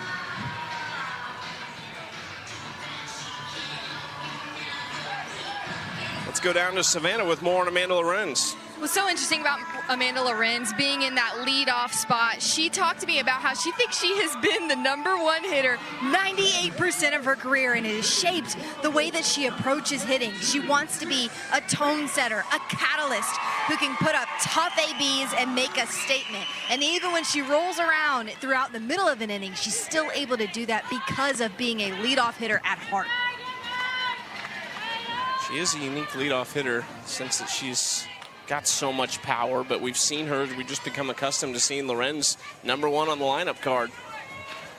Yeah, she just can find different ways to get on, different ways to score runs. She's just a complete hitter, no matter the situation that she's in. Pinch hitter Sis Bates trying to get a bunt down after Coffey was unsuccessful on 2 tries early in the game. They pinch hit for Coffey and they go to Bates. She's down in the count 0-2 now, gonna have to swing away. Another execution opportunity that has gone awry.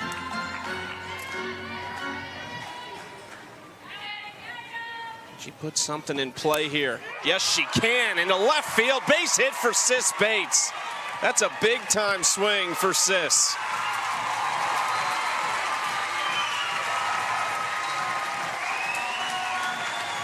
Lorenz is loving it at second base too, just giving applause to Sis Bates just to find a way to get on that pitch. That is a tough pitch to hit, and with 2 strikes, it shortens up and sends it the other way. It's a little bit up in the zone, just gets her barrel there, and Jaquish is playing well up the line, shoots it past her, no chance, and the Volts have the bases loaded, and after no execution, she finds a way to execute and get herself on.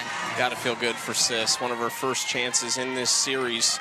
Coffey back in to run at first base. First pitch upstairs to Sierra Romero, who could change this game with 1 swing. 0 for 1 with a walk. Had that ground ball to Faremo that kicked over to Jaquish. That's how she grounded out last time. 1-0 to Sierra. Yeah, Strike 1. Sierra's looked really good on the inner half. Wouldn't be surprised to see them lean on the curveball here in this AP against her. Middle's playing back, double play opportunity with the bases loaded, and a couple of different opportunities to turn 2. Lays off the pitch upstairs. It's one thing that we have seen a lot defensively in the league so far. What through 11 games in is just a lot of double plays turned.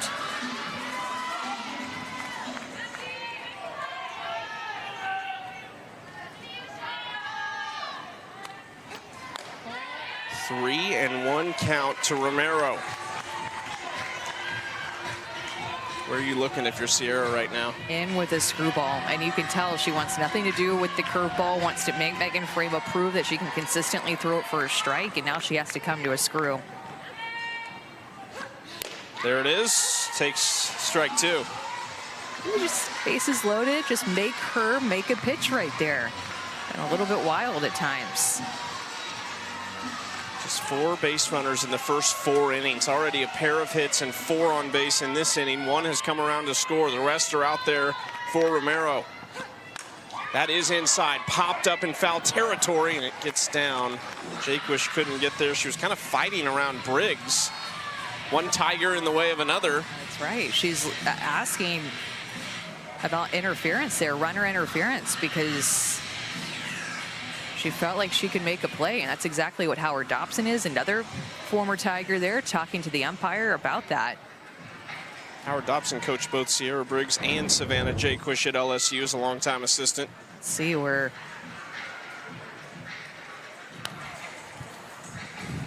looked like it to me, but the field is that there is no interference with the runner at third base.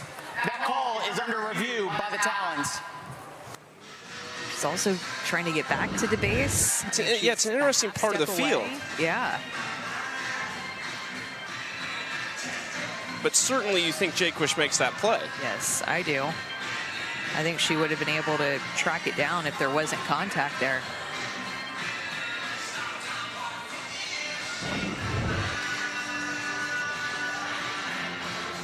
You say interference? This is where this is another time where you're calling a game, and I've never seen interference at this exact bag in this exact way. Of just, I mean, Howard Dobson thinks that it's interference. That so I'm going to go with him. I think she should have had an opportunity to make the play, and I feel like the only way it's not runner interference is if you're actually standing on the bag. Then there's nothing that you can do. But she wasn't on the bag.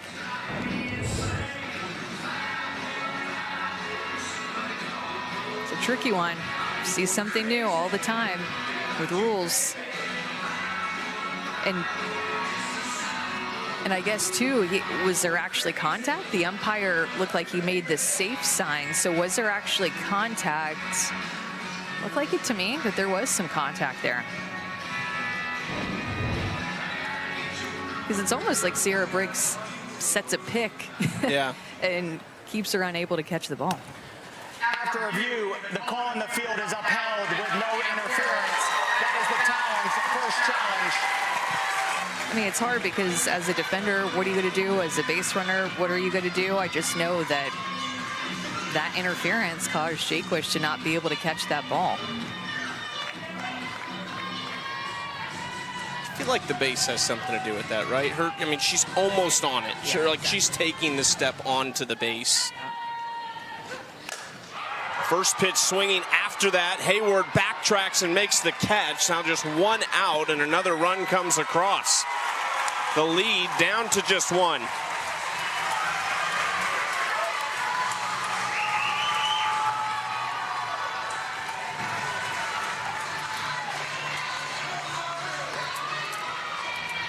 It's a great at bat by Sierra Romero.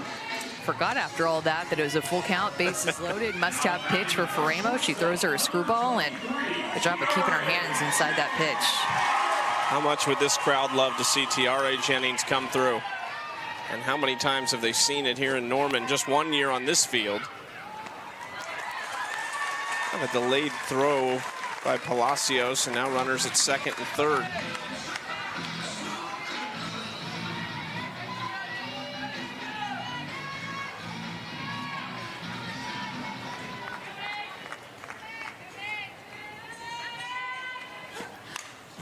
Foul back for strike one.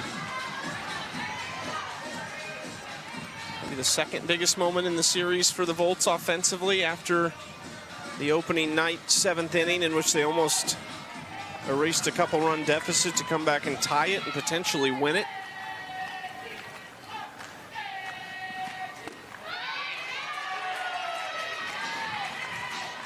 Tiare 1 for 8 in the series. Her first hit was in, I believe, her first at bat on night number 1, with her former coach Patty Gasso standing alongside us in the booth. 3-1.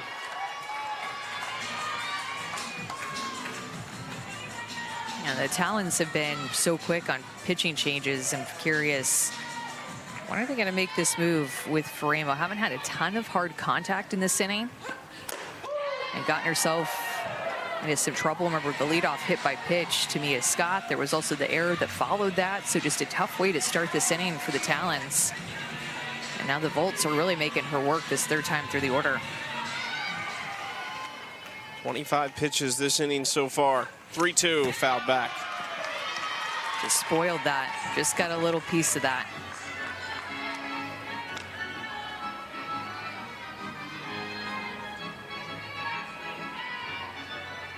We've seen Tiare Jennings. We've been hanging out in the batting cage just the last couple days. We've seen Tiare Jennings in there, one of the last Volts players in there working with their assistant coach and Texas assistant, Kristen Zaleski. But they're working through her swing right now. And talked to Tiare, talked about what she's feeling in the box. They've got a great relationship. Yeah, they had relationship together at Oklahoma, and then she went to Texas, so they had worked together prior to Kristen Zaleski taking the Texas job and winning a national championship there. Jennings, high chopper. Flippen keeps it in the infield, but we are tied up at 3.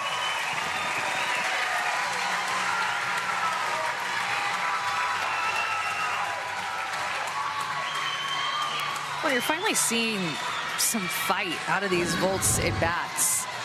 Not necessarily some of the hardest hits that we've seen them have the entire weekend, like off the bat of Lorenz and now off the bat of Jennings, but just placed where they aim. Good job by Hannah Flippen to get that ball back on the dirt. That's why she made that kind of unorthodox throw, was so that D Coffey with speed would stay at third base.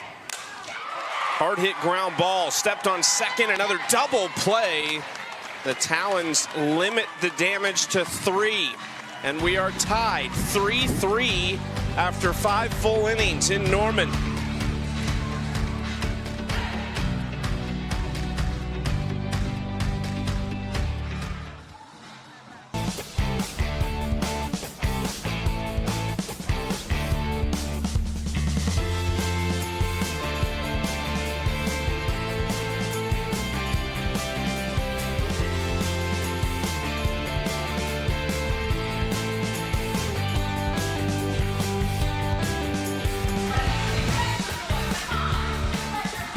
A pitcher's duel through 3 innings. We didn't have a run scored through the first 3 innings of this game, and then 6 in the last 2 frames. 5 of those 6 coming in the 5th inning, and we've got 2 to play between the Volts and Talons as the first half of the AUSL season winds down, Amanda, in a game that feels way more important for one side maybe than the other, as the Volts try to keep pace in the standings with the Talons and the Bandits.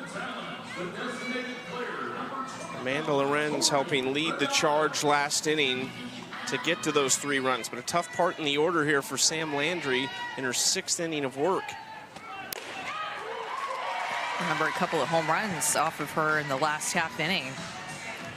One by Aguilar and then one by Palacios. So big inning for her to see how she handles the adjustments that the Talons had made against her with some hard hits.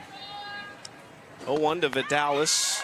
Jumps ahead 0-2. How quick are you with a move here? If things go south in this inning, what would you need to see to make a change? Well, I think the biggest thing is that the Volts answered back. So you have the momentum, and so I would be quicker to make a change now than, well, actually, I'd just be, if there was still 3-0, be quick to make a change and want to extend the lead. Nice play by Romero at second. There's 1 out. So they'll be looking at how hard the contact is off of her. That's a great defensive play by Sierra Romero to keep that lead off on, something that the Talons have done well this season. Off the end of the bat. Romero gets there. Sierra was playing right field on and off early in this season for the Volts, but has retaken her spot at second base consistently over the past week. Landry starts off Caroline Jacobsen with a strike. And this is going to be the deepest that Sam Landry has gone in a game in her AUSL career, too. The deepest that she had gone was her first outing, 4 1/3. And here she is in the 6th. The first 3 appearances had gone 11 innings combined. It's her 4th appearance of the year, 3rd start.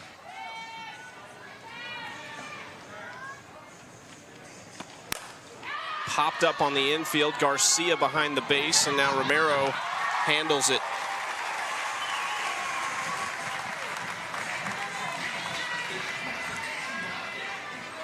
Landry handling business right now.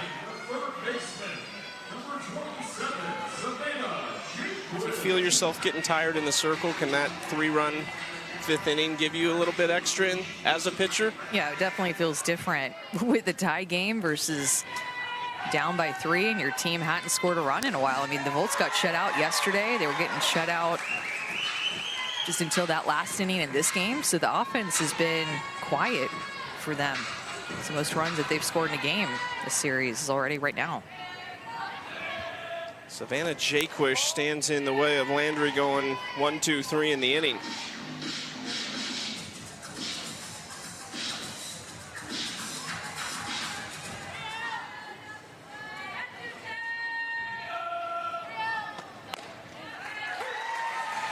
One, two.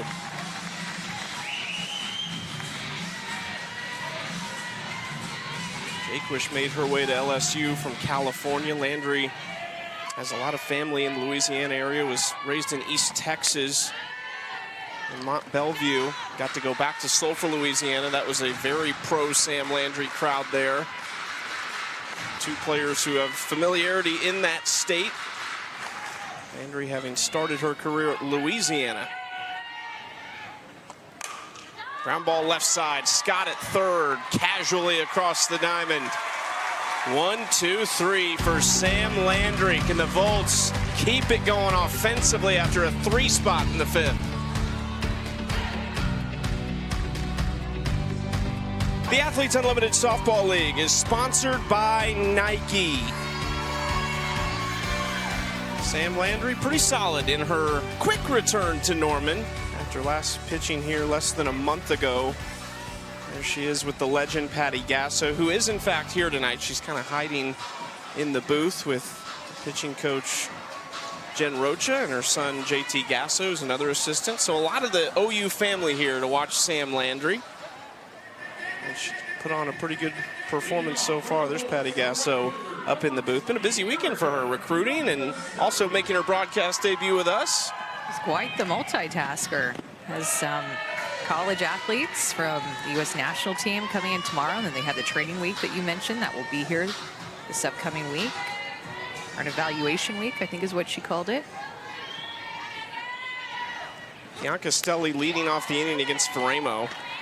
First time I've updated my resume in years. We added that to the resume? Yeah, Patty Gasso's broadcast partner. Broadcast partner. I mean, that should be at the very top. Yeah. You were in parentheses. Amanda Scarborough, too. Even though we've called 100 games together and you've called one with Patty. That's okay. I'm sorry. I totally get it. Autograph line was very long for Patty on Friday after the game, after she called the game with us. 2-1 to Bianca Stelli.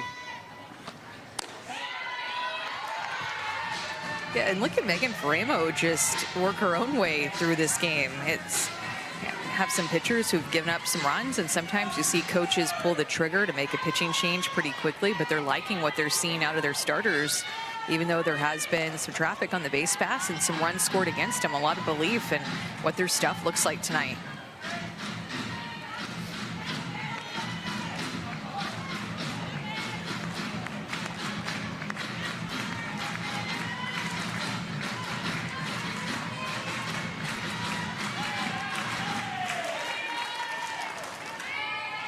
Volts fans in the house here in Norman. Bianca Stelli goes down swinging.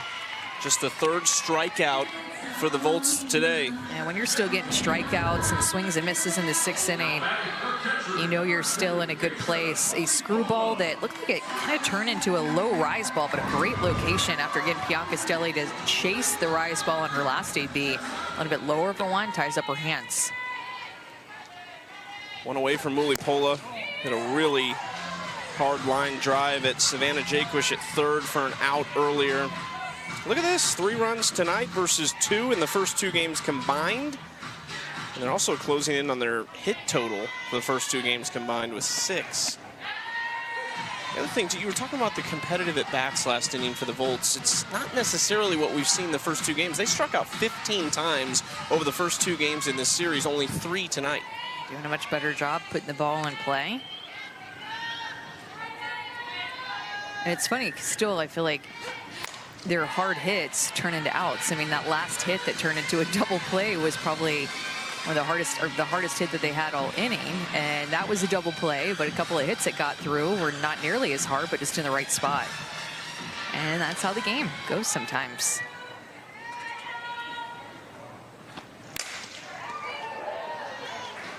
Hard hit foul down the right field line.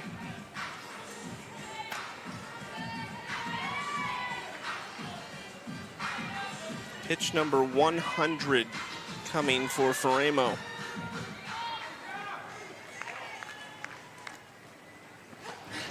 Got Mulipola swinging. Back-to-back strikeouts to start the 6th. She's still not changing speeds a ton. She was throwing her off-speed pitch earlier in the game, kind of like an off-speed drop ball. This is her changeup, comes out of her hand a little bit differently, a little bit slower. It's such a good pitch for her. I'm just wondering why she's not throwing that as much, especially now late in the game. Maybe we'll start to see it more now. Back-to-back strikeouts, though, for Faremo. Scott takes strike 1.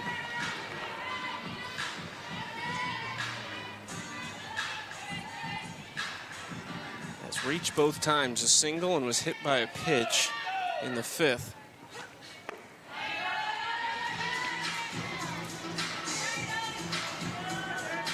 Mia Scott off to a little bit of a slow start offensively after just dominating at Texas the last 4 seasons.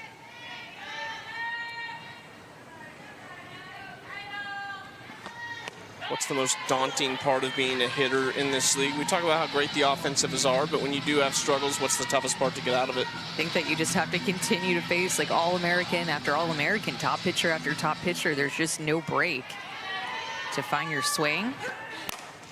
Like playing an easier opponent in college, maybe in like one of your midweek games, you're like, all right, now's my chance to get back on track.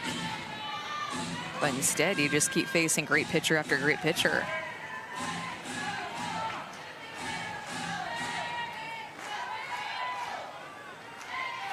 One, two. Faremo looking to strike out the side after just 2 strikeouts through her first 5 innings today.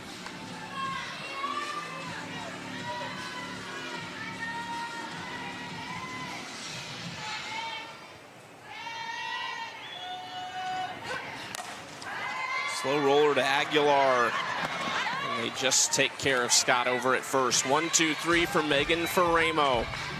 7th inning coming up. Talons and Volts tied at 3.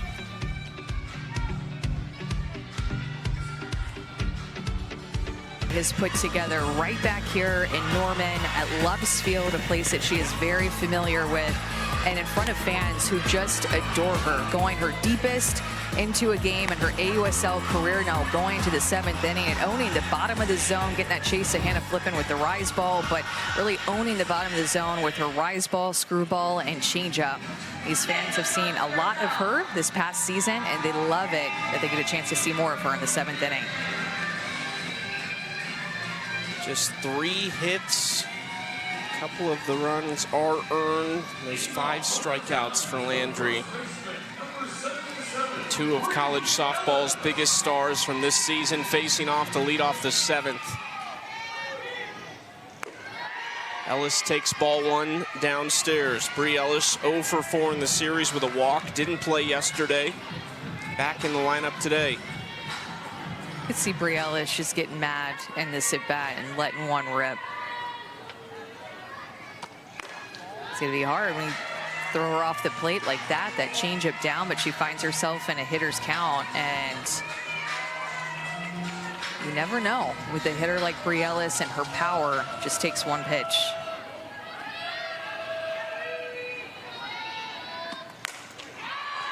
Got her to pop up. Jennings by second base, 1 out. Her pop-ups to the infield even sound different. Watching her in the cages is an event. If you ever get to watch Bree Ellis take batting practice, highly recommend it.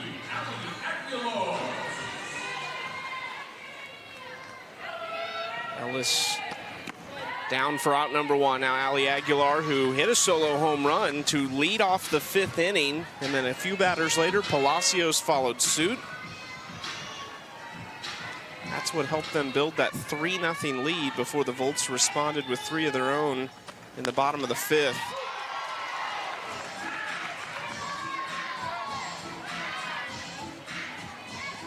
Aguilar didn't like that strike 1 call.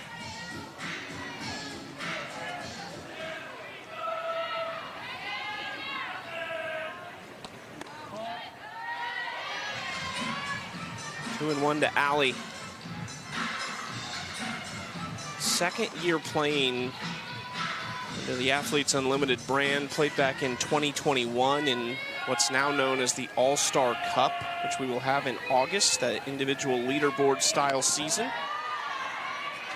So if you hear us say she's 5th year pro with Athletes Unlimited, this is the first year of the traditional 4-team format. Past seasons have been the teams changing every week, players trying to move up the leaderboard and be crowned an individual champion at the end. Aguilar takes strike 2, full count. What a changeup to get her back to that full count. 3-1 changeup, you don't see that very often, and I go right back to it.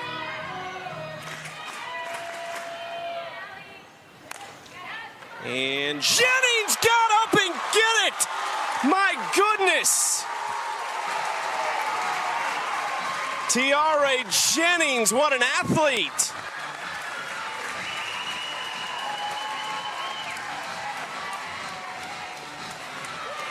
She's so long, and she just timed this perfectly of when to jump. Right now, reach. You cannot reach any higher. That has to make SportsCenter top 10.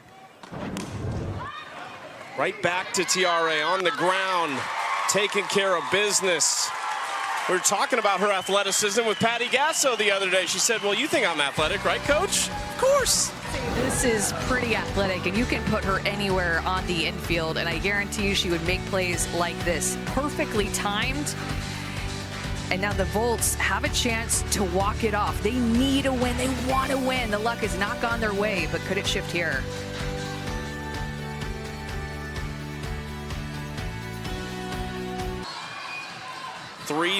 The Volts, you said it, they wanted. It hadn't gone their way this weekend. They've had some moments throughout the season, but they have an opportunity to win it here, and we saw during the break, excited for that defensive play. Absolutely, with the chance to walk it off here. Sam Landry saying Tiare Jennings, I don't know what, but I would imagine that play was unbelievable. I didn't think that you were going to get that, and you saved us there, so great job. Tiare Jennings, they did not play together, Sam Landry, but Tiare was on staff, so she coached Sam Landry, and now they get to be teammates. My guess is Sam Landry likes her more on the field as a player than as a coach. Not that she's not a great coach. Win-win in that situation. She wants that bat, though, that delivered 98 home runs in her career at Oklahoma and over 300 RBIs. What a chance this is for Sierra Briggs, who just got here today from Wichita after the trade with the Blaze. Fouls that pitch back for strike 2. One of these great pitching performances is going to have a little sting at the end of it between Faremo and Landry. Yeah, we saw that complete game from Coric last night, Georgina Coric.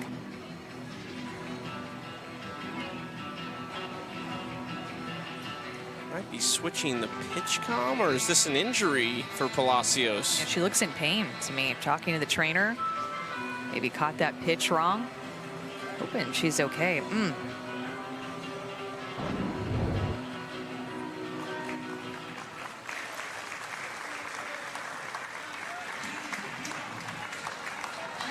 The bat got the glove there, it looked like, of Palacios. Or was it her offhand? It looked like there was contact. No, it's not. What is it? She just... The palm, maybe? Caught it. It's like they just hit her glove wrong, and it sent a jolt through her wrist, maybe, through her hand. First look from the center field camera, it almost looked like the bat hit the glove, but that's definitely not what it was. Hopefully Charlize is all right. Hard hit ball left side. Flippen takes care of it, 1 out. And Hannah Flippen is just an elite defender. That was a hard hit ball and stayed down on that short hop. Such good hands, soft hands. So calm at shortstop, and this looks like Howard Dobson's going to make a change. Does not want Amanda Lorenz, who is 3 for 3 off Ferramo, to get a chance to come up against her for the 4th time. And why not go back to the complete game shutout thrower from a night ago as Georgina Korick jogs out of the bullpen in right field.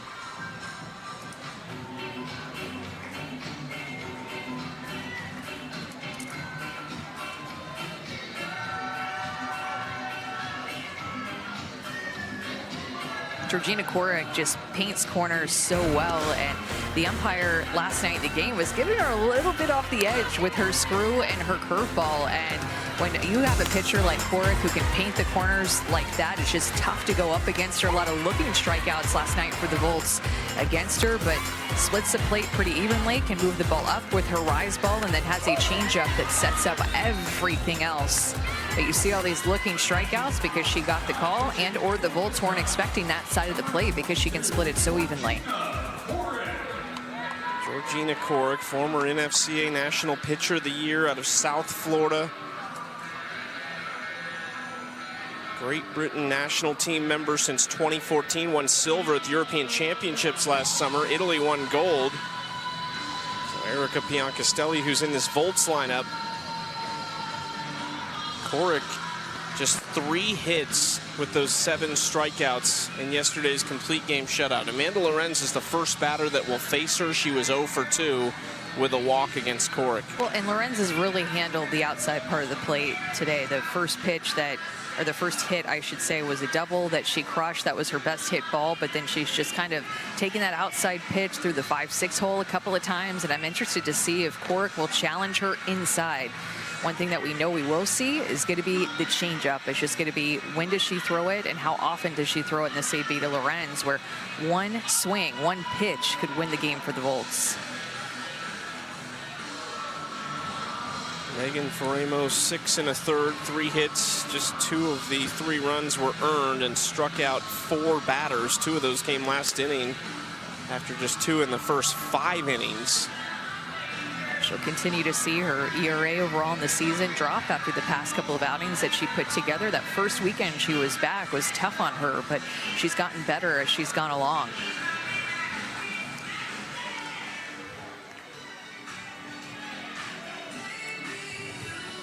Korick enters for the top of the Volts order. And Amanda Lorenz, who has a perfect night at the plate. 2 singles and a double. Drove in a run in the 5th and scored herself. Second 3-hit game of the season. Strike 1. Just Georgina's 2nd relief appearance. She just got here this week from Japan, so the other relief appearance went 1 inning, didn't give up a hit, a run, or a walk, and struck out 1 batter. Ooh, strike 2. And there is that changeup. It is just so hard to pick up for these hitters. She tunnels that pitch so well with her screw and her curve that she can work both sides of the plate about a ball off, and then boom, change. I feel like this is when Lorenz takes it up a notch. She's like Haley McClinney over the last 4 or 5 years that we've watched. Her and Amanda Lorenz, just impossible to get out in 2-strike counts. That is bounced up to Ellis, and a rare easy one to retire Lorenz for the first time today, and now 2 away.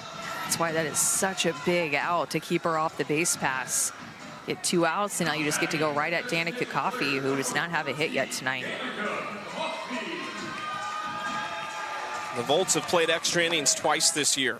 In the season opener, when Rachel Garcia went 8 innings in a win over the Blaze, and again in Sulphur in a 9-inning loss to the Bandits. Jesse Warren looking on with Coffey at the plate. Coffey was pinch hit for earlier by Sis Bates. We have not seen Warren in this series yet.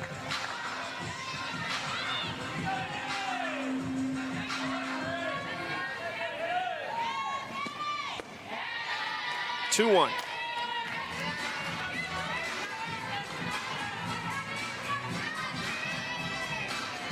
D Coffey got off to a great start to the season. 10 hits already. Does have a home run. Watch his strike 2. Came off an injury in 2024 at LSU and returned with a magnificent senior season to finish up her Tiger career. All SEC second team.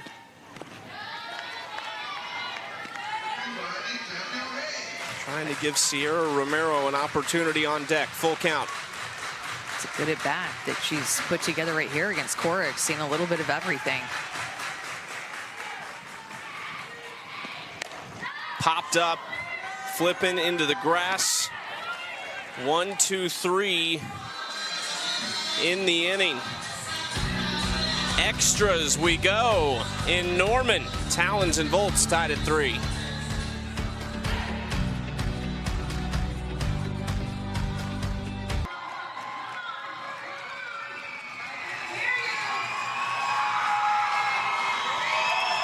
It's extras in game 3 of this 4-game set between the Talons and Volts. Talons looking to take the series after winning the first 2 games. Volts looking to get back on the winning track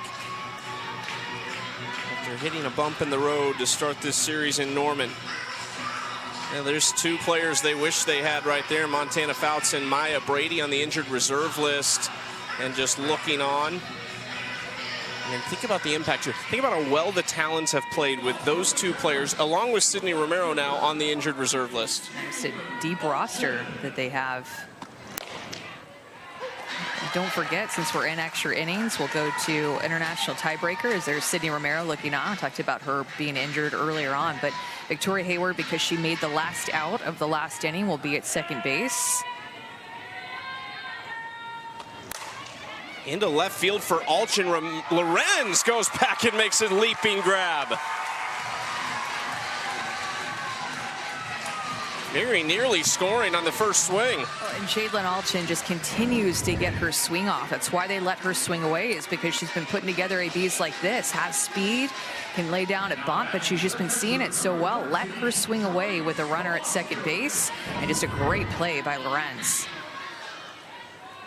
To Jalen Allchin before the game today, said she's just really enjoying the moment right now, is in that reserve player role. Just said she loves being with the team and competing with the Talons. She has been a big part of them, even though she's not on the normal roster, you would say, but filling one of the places of Maya Brady and Sydney Romero. Well, there's always the question, Chucky, you've seen a few extra inning games this year of, are you going to sacrifice bunt the runner over and get them to third base to have a runner at third with less than 2 outs, or are you going to just go ahead and swing away? Talons opting just swing away with the top of their lineup up, which just never know what the right answer is, because even though Allchin struck that ball well, it does go down as an unproductive out because Hayward's still at second.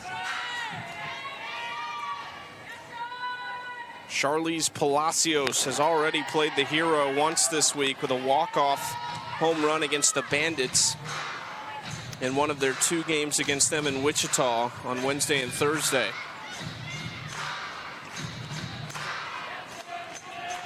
She is also already homered off Landry tonight.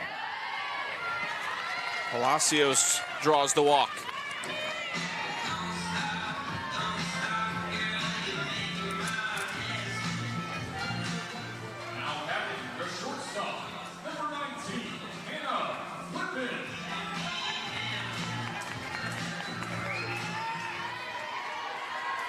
And a Flippen. I talked about this earlier, but by far the deepest outing that Sam Landry has had in the AUSL. 115 pitches pitched now. This is the first time that she's pitched in extras, first time that she had pitched in the 7th inning, last inning.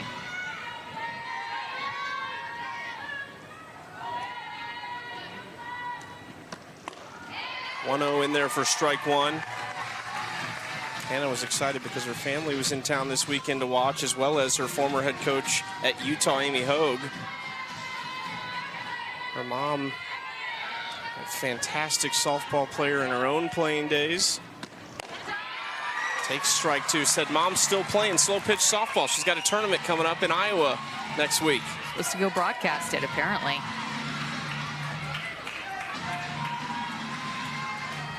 Seven for 11 with runners in scoring position this year, but down 1-2. Flipping into left field and down, fair ball into the corner. Hayward's going to score. Palacios into third, and an RBI double for Hannah Flippen.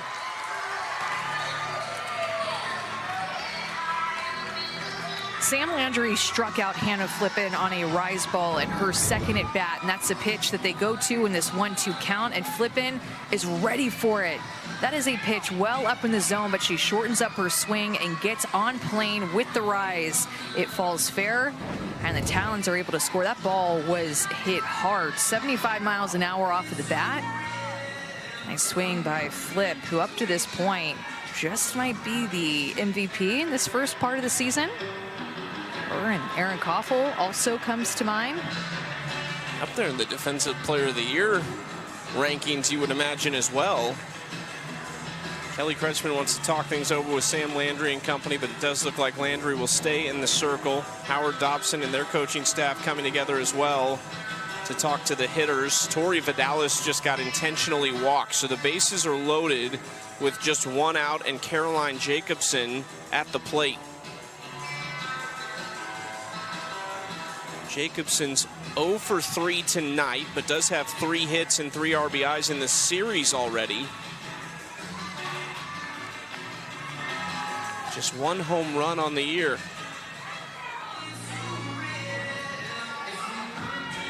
This is her 4th opportunity this season with the bases loaded. Has 1 hit and 2 RBIs in those 3 chances.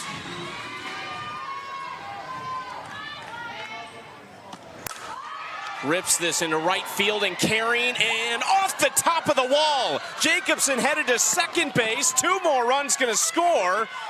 The Talons trying to break this open in extras. I mean, that is something that's going to fire your team up and fire up Caroline Jacobsen. Intentionally walking Tori Vidales to get to you, and she goes first pitch swinging, a pitch that is out over the heart of the plate. Lets it travel deep and almost hits it out of here. This hit at the top of the wall. It almost got out of here. 71 off the bat. Some well-struck balls now in the 8th inning as these hitters are getting their 4th look off of Sam Landry. Paige Sinicki will run at third base for Tori Vidales. Maybe Caroline Jacobsen might be one of the biggest surprises in the league up to this point with the offensive production that she has put together. My goodness, you're so worried about the veterans and Hannah Flippen and Tori Vidales, but then boom, there's Jacobsen right in the 5 spot to give them protection. She had a great college career at Duke and then finished at Clemson, but she only hit .237 last year as a pro. So to your point, has surprised a lot of people, was great value for where they got her in the AUSL draft. And that's been since day one. She has been consistent from opening day of this season to this point now. Well, I think that's what you notice about this Talons offense, Chucky, is that they just don't rely on 1 or 2 players. In fact, 10 different players have hit home runs for them this season. Offense spread 1 through 9 all throughout their lineup, whether they've been here a while or whether they're new.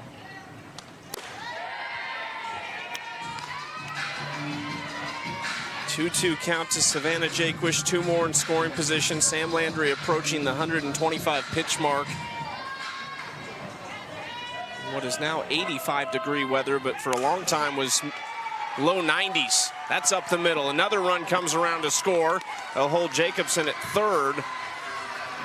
This is a backbreaker right now for the Volts.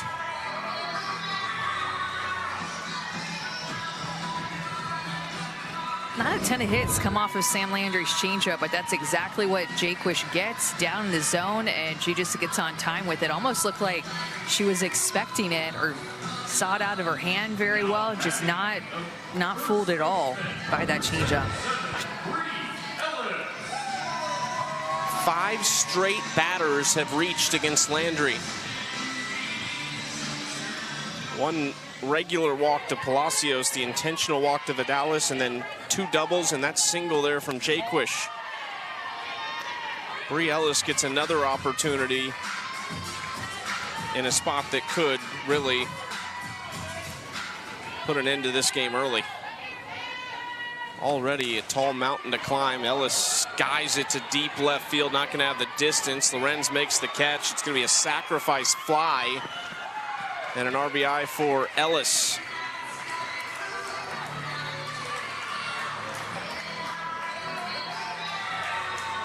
They sure have kept Landry out there a long time.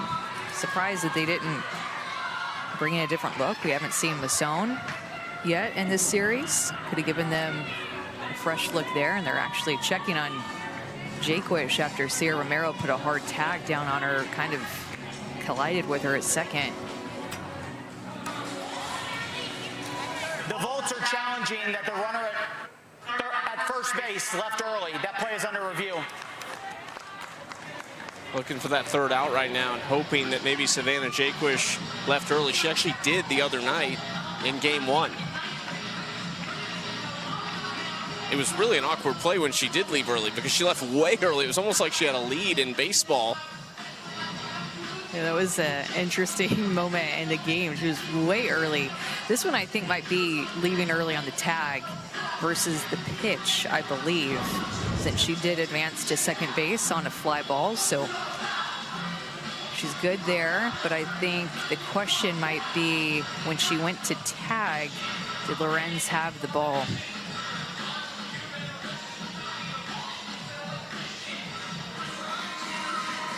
Yeah, look right on time actually, but I think you just try to see if maybe you got her early, knowing that you got her early in a different situation earlier in the series. Why not give it a try? And Sam Landry actually is going to exit this game.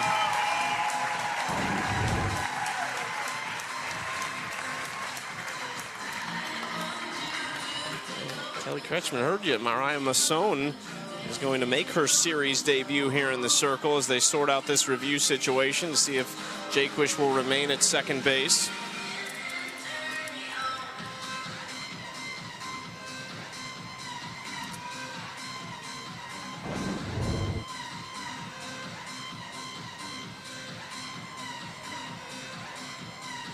Looks on time to me. I feel like this should stay as is, but it's taking a little longer than I thought it would.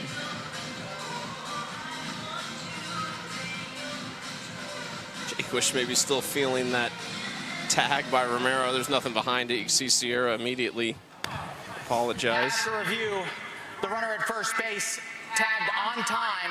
The call is upheld. That is the Volts' first challenge. This is a 5-run 8th inning right now for the Talons.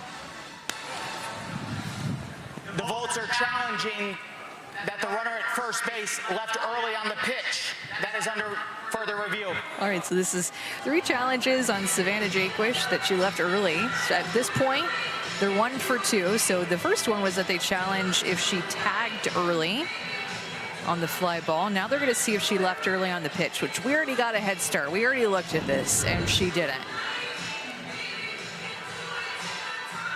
Oh yeah, she's a little bit late actually after that very early lead the other day. That was just a wild one. And that is a quick review. Oh yeah. After review, the call in the field is upheld. The runner left on time. That is the Volts' second and final challenge. All smiles for Savannah Jaquish, Alex Leap, Antonio Flores, Heath Walker, our umpiring crew, and love to see them tidy that one up quickly. Masson getting ready for the Volts, so a lot to unpack here. We had 2 reviews on 1 play, and then we do have a pitching change for the Volts after 5 runs have come across here in the 8th. Mariah Masson, the former Oregon State star, 4th year pro, was the 39th overall selection in the AUSL draft. Yeah, I'm not trying to be an armchair quarterback here, but I think I would have taken Landry out after Flippen hit that rise ball and made such a good adjustment on that, the same pitch that she had struck out on, and she threw such a good game. This has been a tough inning for her, but she should keep her head high for how she pitched in this game. She's going to be bummed about this 8th inning, but she really left it all out there today. Yeah, tough. 3 runs through 7 innings. You'll take that 100% of the time in this league. And one of those runs was an unearned run.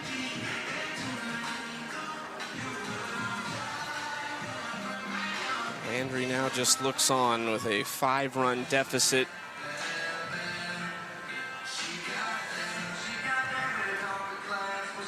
They're still not out of this yet. Masson going to face off with Ali Aguilar, who's 1 for 3 with a solo home run in this game, and now just trying to put a bandage on this 8th inning. Now batting the second baseman, number 3, Ali Aguilar.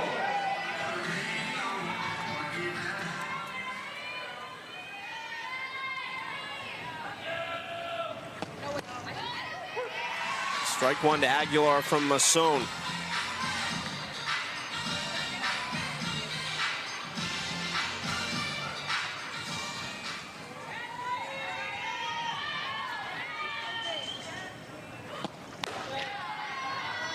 Remember earlier today, the Bandits came back, I should say, after being down 5 runs. Right now, the Volts down by 5 runs, but that actually, Chucky, was the biggest comeback in AUSL history for the Bandits against the Blaze.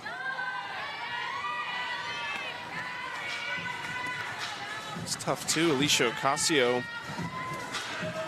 rode that one out for the Blaze. After having that big lead. Feel for that team. It's a group of a lot of really talented players. They've stuck together through a tough start to this season, but still just on that 1 win. Aguilar hit to make it 1st and 2nd. Now batting number 1, Victoria Hayward. Victoria Hayward has not hit in the inning, but she has been involved. She was the runner in the tiebreaker scenario. Hayward pops up the first pitch, caught by Jennings, to finally end the top of the 8th.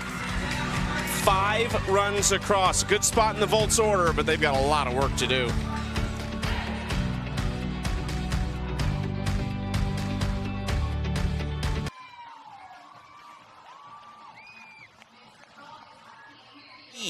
Hannah Flippen had the go-ahead RBI in the 8th. They tagged on 4 more to make it a 5 spot.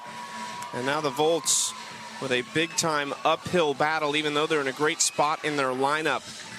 Still more softball coming your way tomorrow. We'll finish this 4-game series in Norman at 8:30 Eastern. Bandits Blaze will kick tomorrow's festivities off at 6:30 Eastern in Wichita, Kansas. Eric Collins and Kenzie Fowler on the call for that game. And then we take a 2-week break. Little international break like they do in European soccer. And we are back on July 7th, 8th, and 9th in Rosemont. We'll be there. All 4 teams are going to be there as well, so really exciting for fans if you want to get a look at all of these teams. And we'll have 3 straight days of double headers. Yeah, we've seen a lot of people like to fly in, like to Wichita from a lot of different places all over the country, because when the 4 teams are in one spot, it doesn't happen very often, not a lot of crossover there. So if you want to see all 4 teams, come join us in Chicago and Rosemont. Great stadium, good games.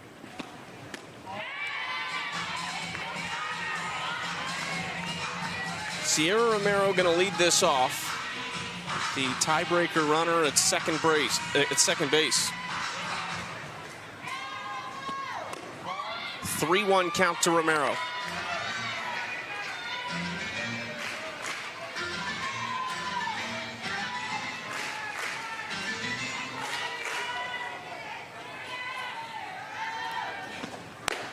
Romero draws a leadoff walk.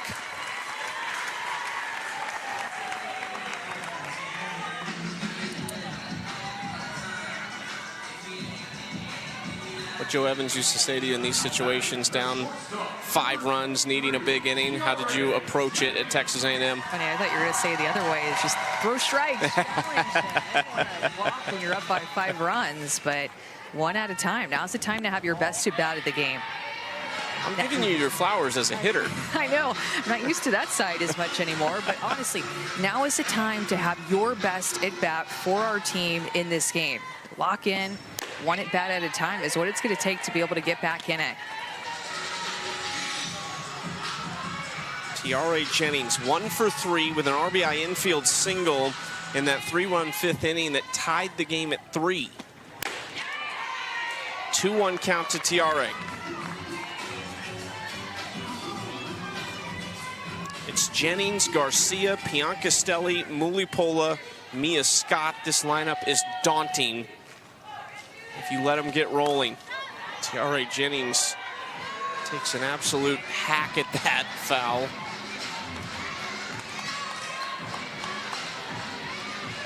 She was 0 for 2 versus Coric yesterday with a strikeout.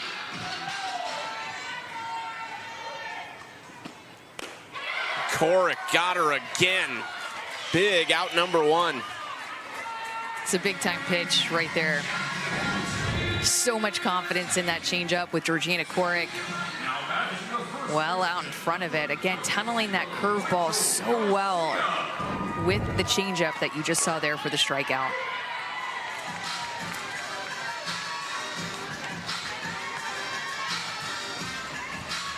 Rachel Garcia homered in game 1 of this series. It was her first of the season. Falls behind 0-2.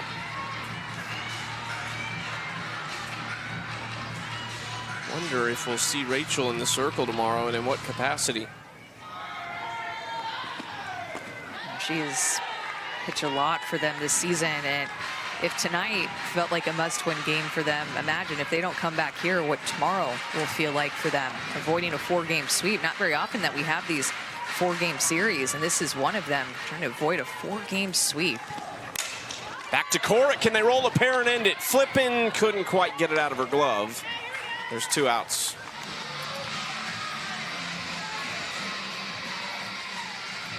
This is just the first half of the season, Amanda, but things can get away with you quickly, especially with how the Talons and the Bandits are playing. Look at the standings right now. This could be a 4-game lead for the Talons after tonight, potentially a 5-game lead with only 12 games left in the regular season on the other side of this break. And those top 2 teams, the Bandits and Talons, only have 3 more games against each other. So to move up, if you're the Blaze and the Volts, you are going to have to take care of those teams yourself. You can't rely on them to kind of eat each other alive in the standings.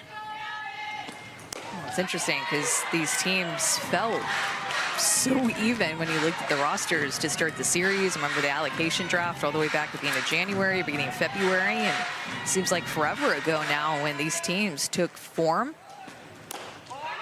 And they did seem very even, but there has been a clear difference between the Bandits and everybody else and the Talons too. I mean, they're just playing so well together in this first half. The hitter is Michaela Edenfield, who was nearly the hero last night. We talked about that ground rule double down the right field line that just hopped perfectly into the corner with a wall is about half the height as it is around the outfield. So instead of Romero being able to score the tying run and potentially play extras in game 1, the Talons and Megan Faremo were able to close the door and end it.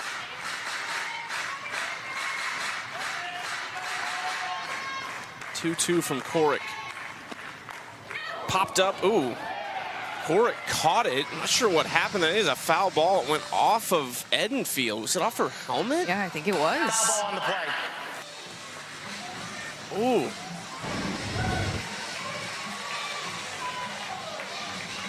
Trainers are looking to see if she needs some attention. Right at the top of the head, and then Coric caught it thinking she made the out. But what a weird play. Good that Edenfield caught that on the helmet and not on the forehead.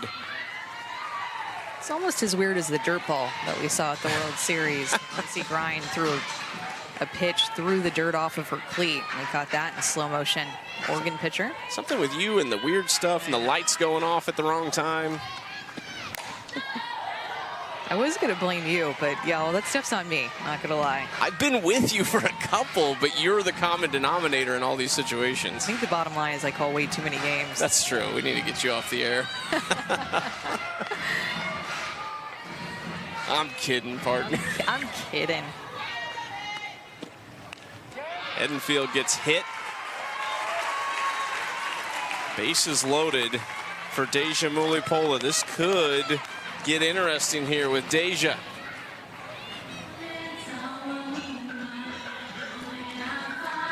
Five-run game.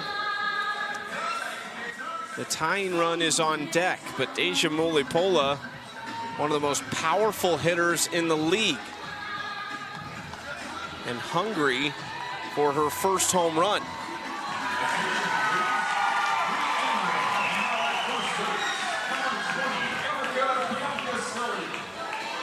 Bianca Stelli will re-enter and run at first for Edenfield. Korick to Deja Mulipola. Strike one.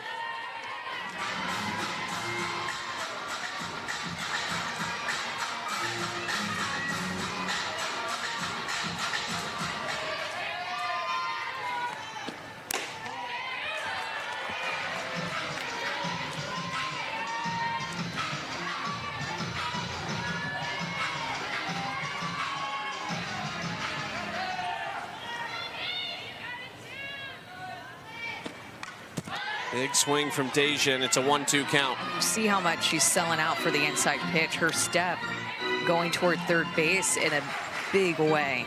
Big swing on an inside pitch, to no surprise, just trying to be on time with that inside pitch and get her barrel there out in front. And be surprised to see a changeup here after that big swing.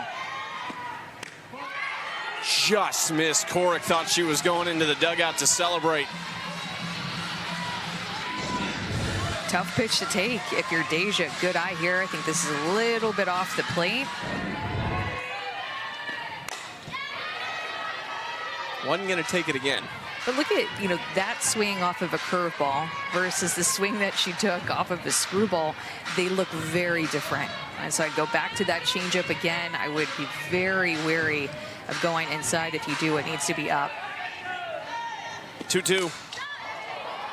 Did she get enough? To the warning track, Allchin there and makes the catch to finish the game. The base is loaded for Georgina Korick, but she's able to close the door, and the Talons take this series. They'll go for the sweep tomorrow. It's a big win. I mean, that 8th inning that they put together to go ahead by 5 runs was huge. Georgina Korick has just been money. 8 2/3 innings, no runs given up. Complete game yesterday, complete game shutout, the first in AUSL history, and now the save here. That'll do it for day 3 in Norman. Talons, 8-3 winners. They've won the series. They want the sweep tomorrow before a 2-week break at the midway point of this AUSL slate. Talons and Volts, 8:30 Eastern tomorrow. You can check out where to watch on the AUSL.com. For Amanda Scarborough, Savannah Collins, and our entire crew, I'm Chucky Kemp. We'll see you tomorrow to finish up the first half of the season.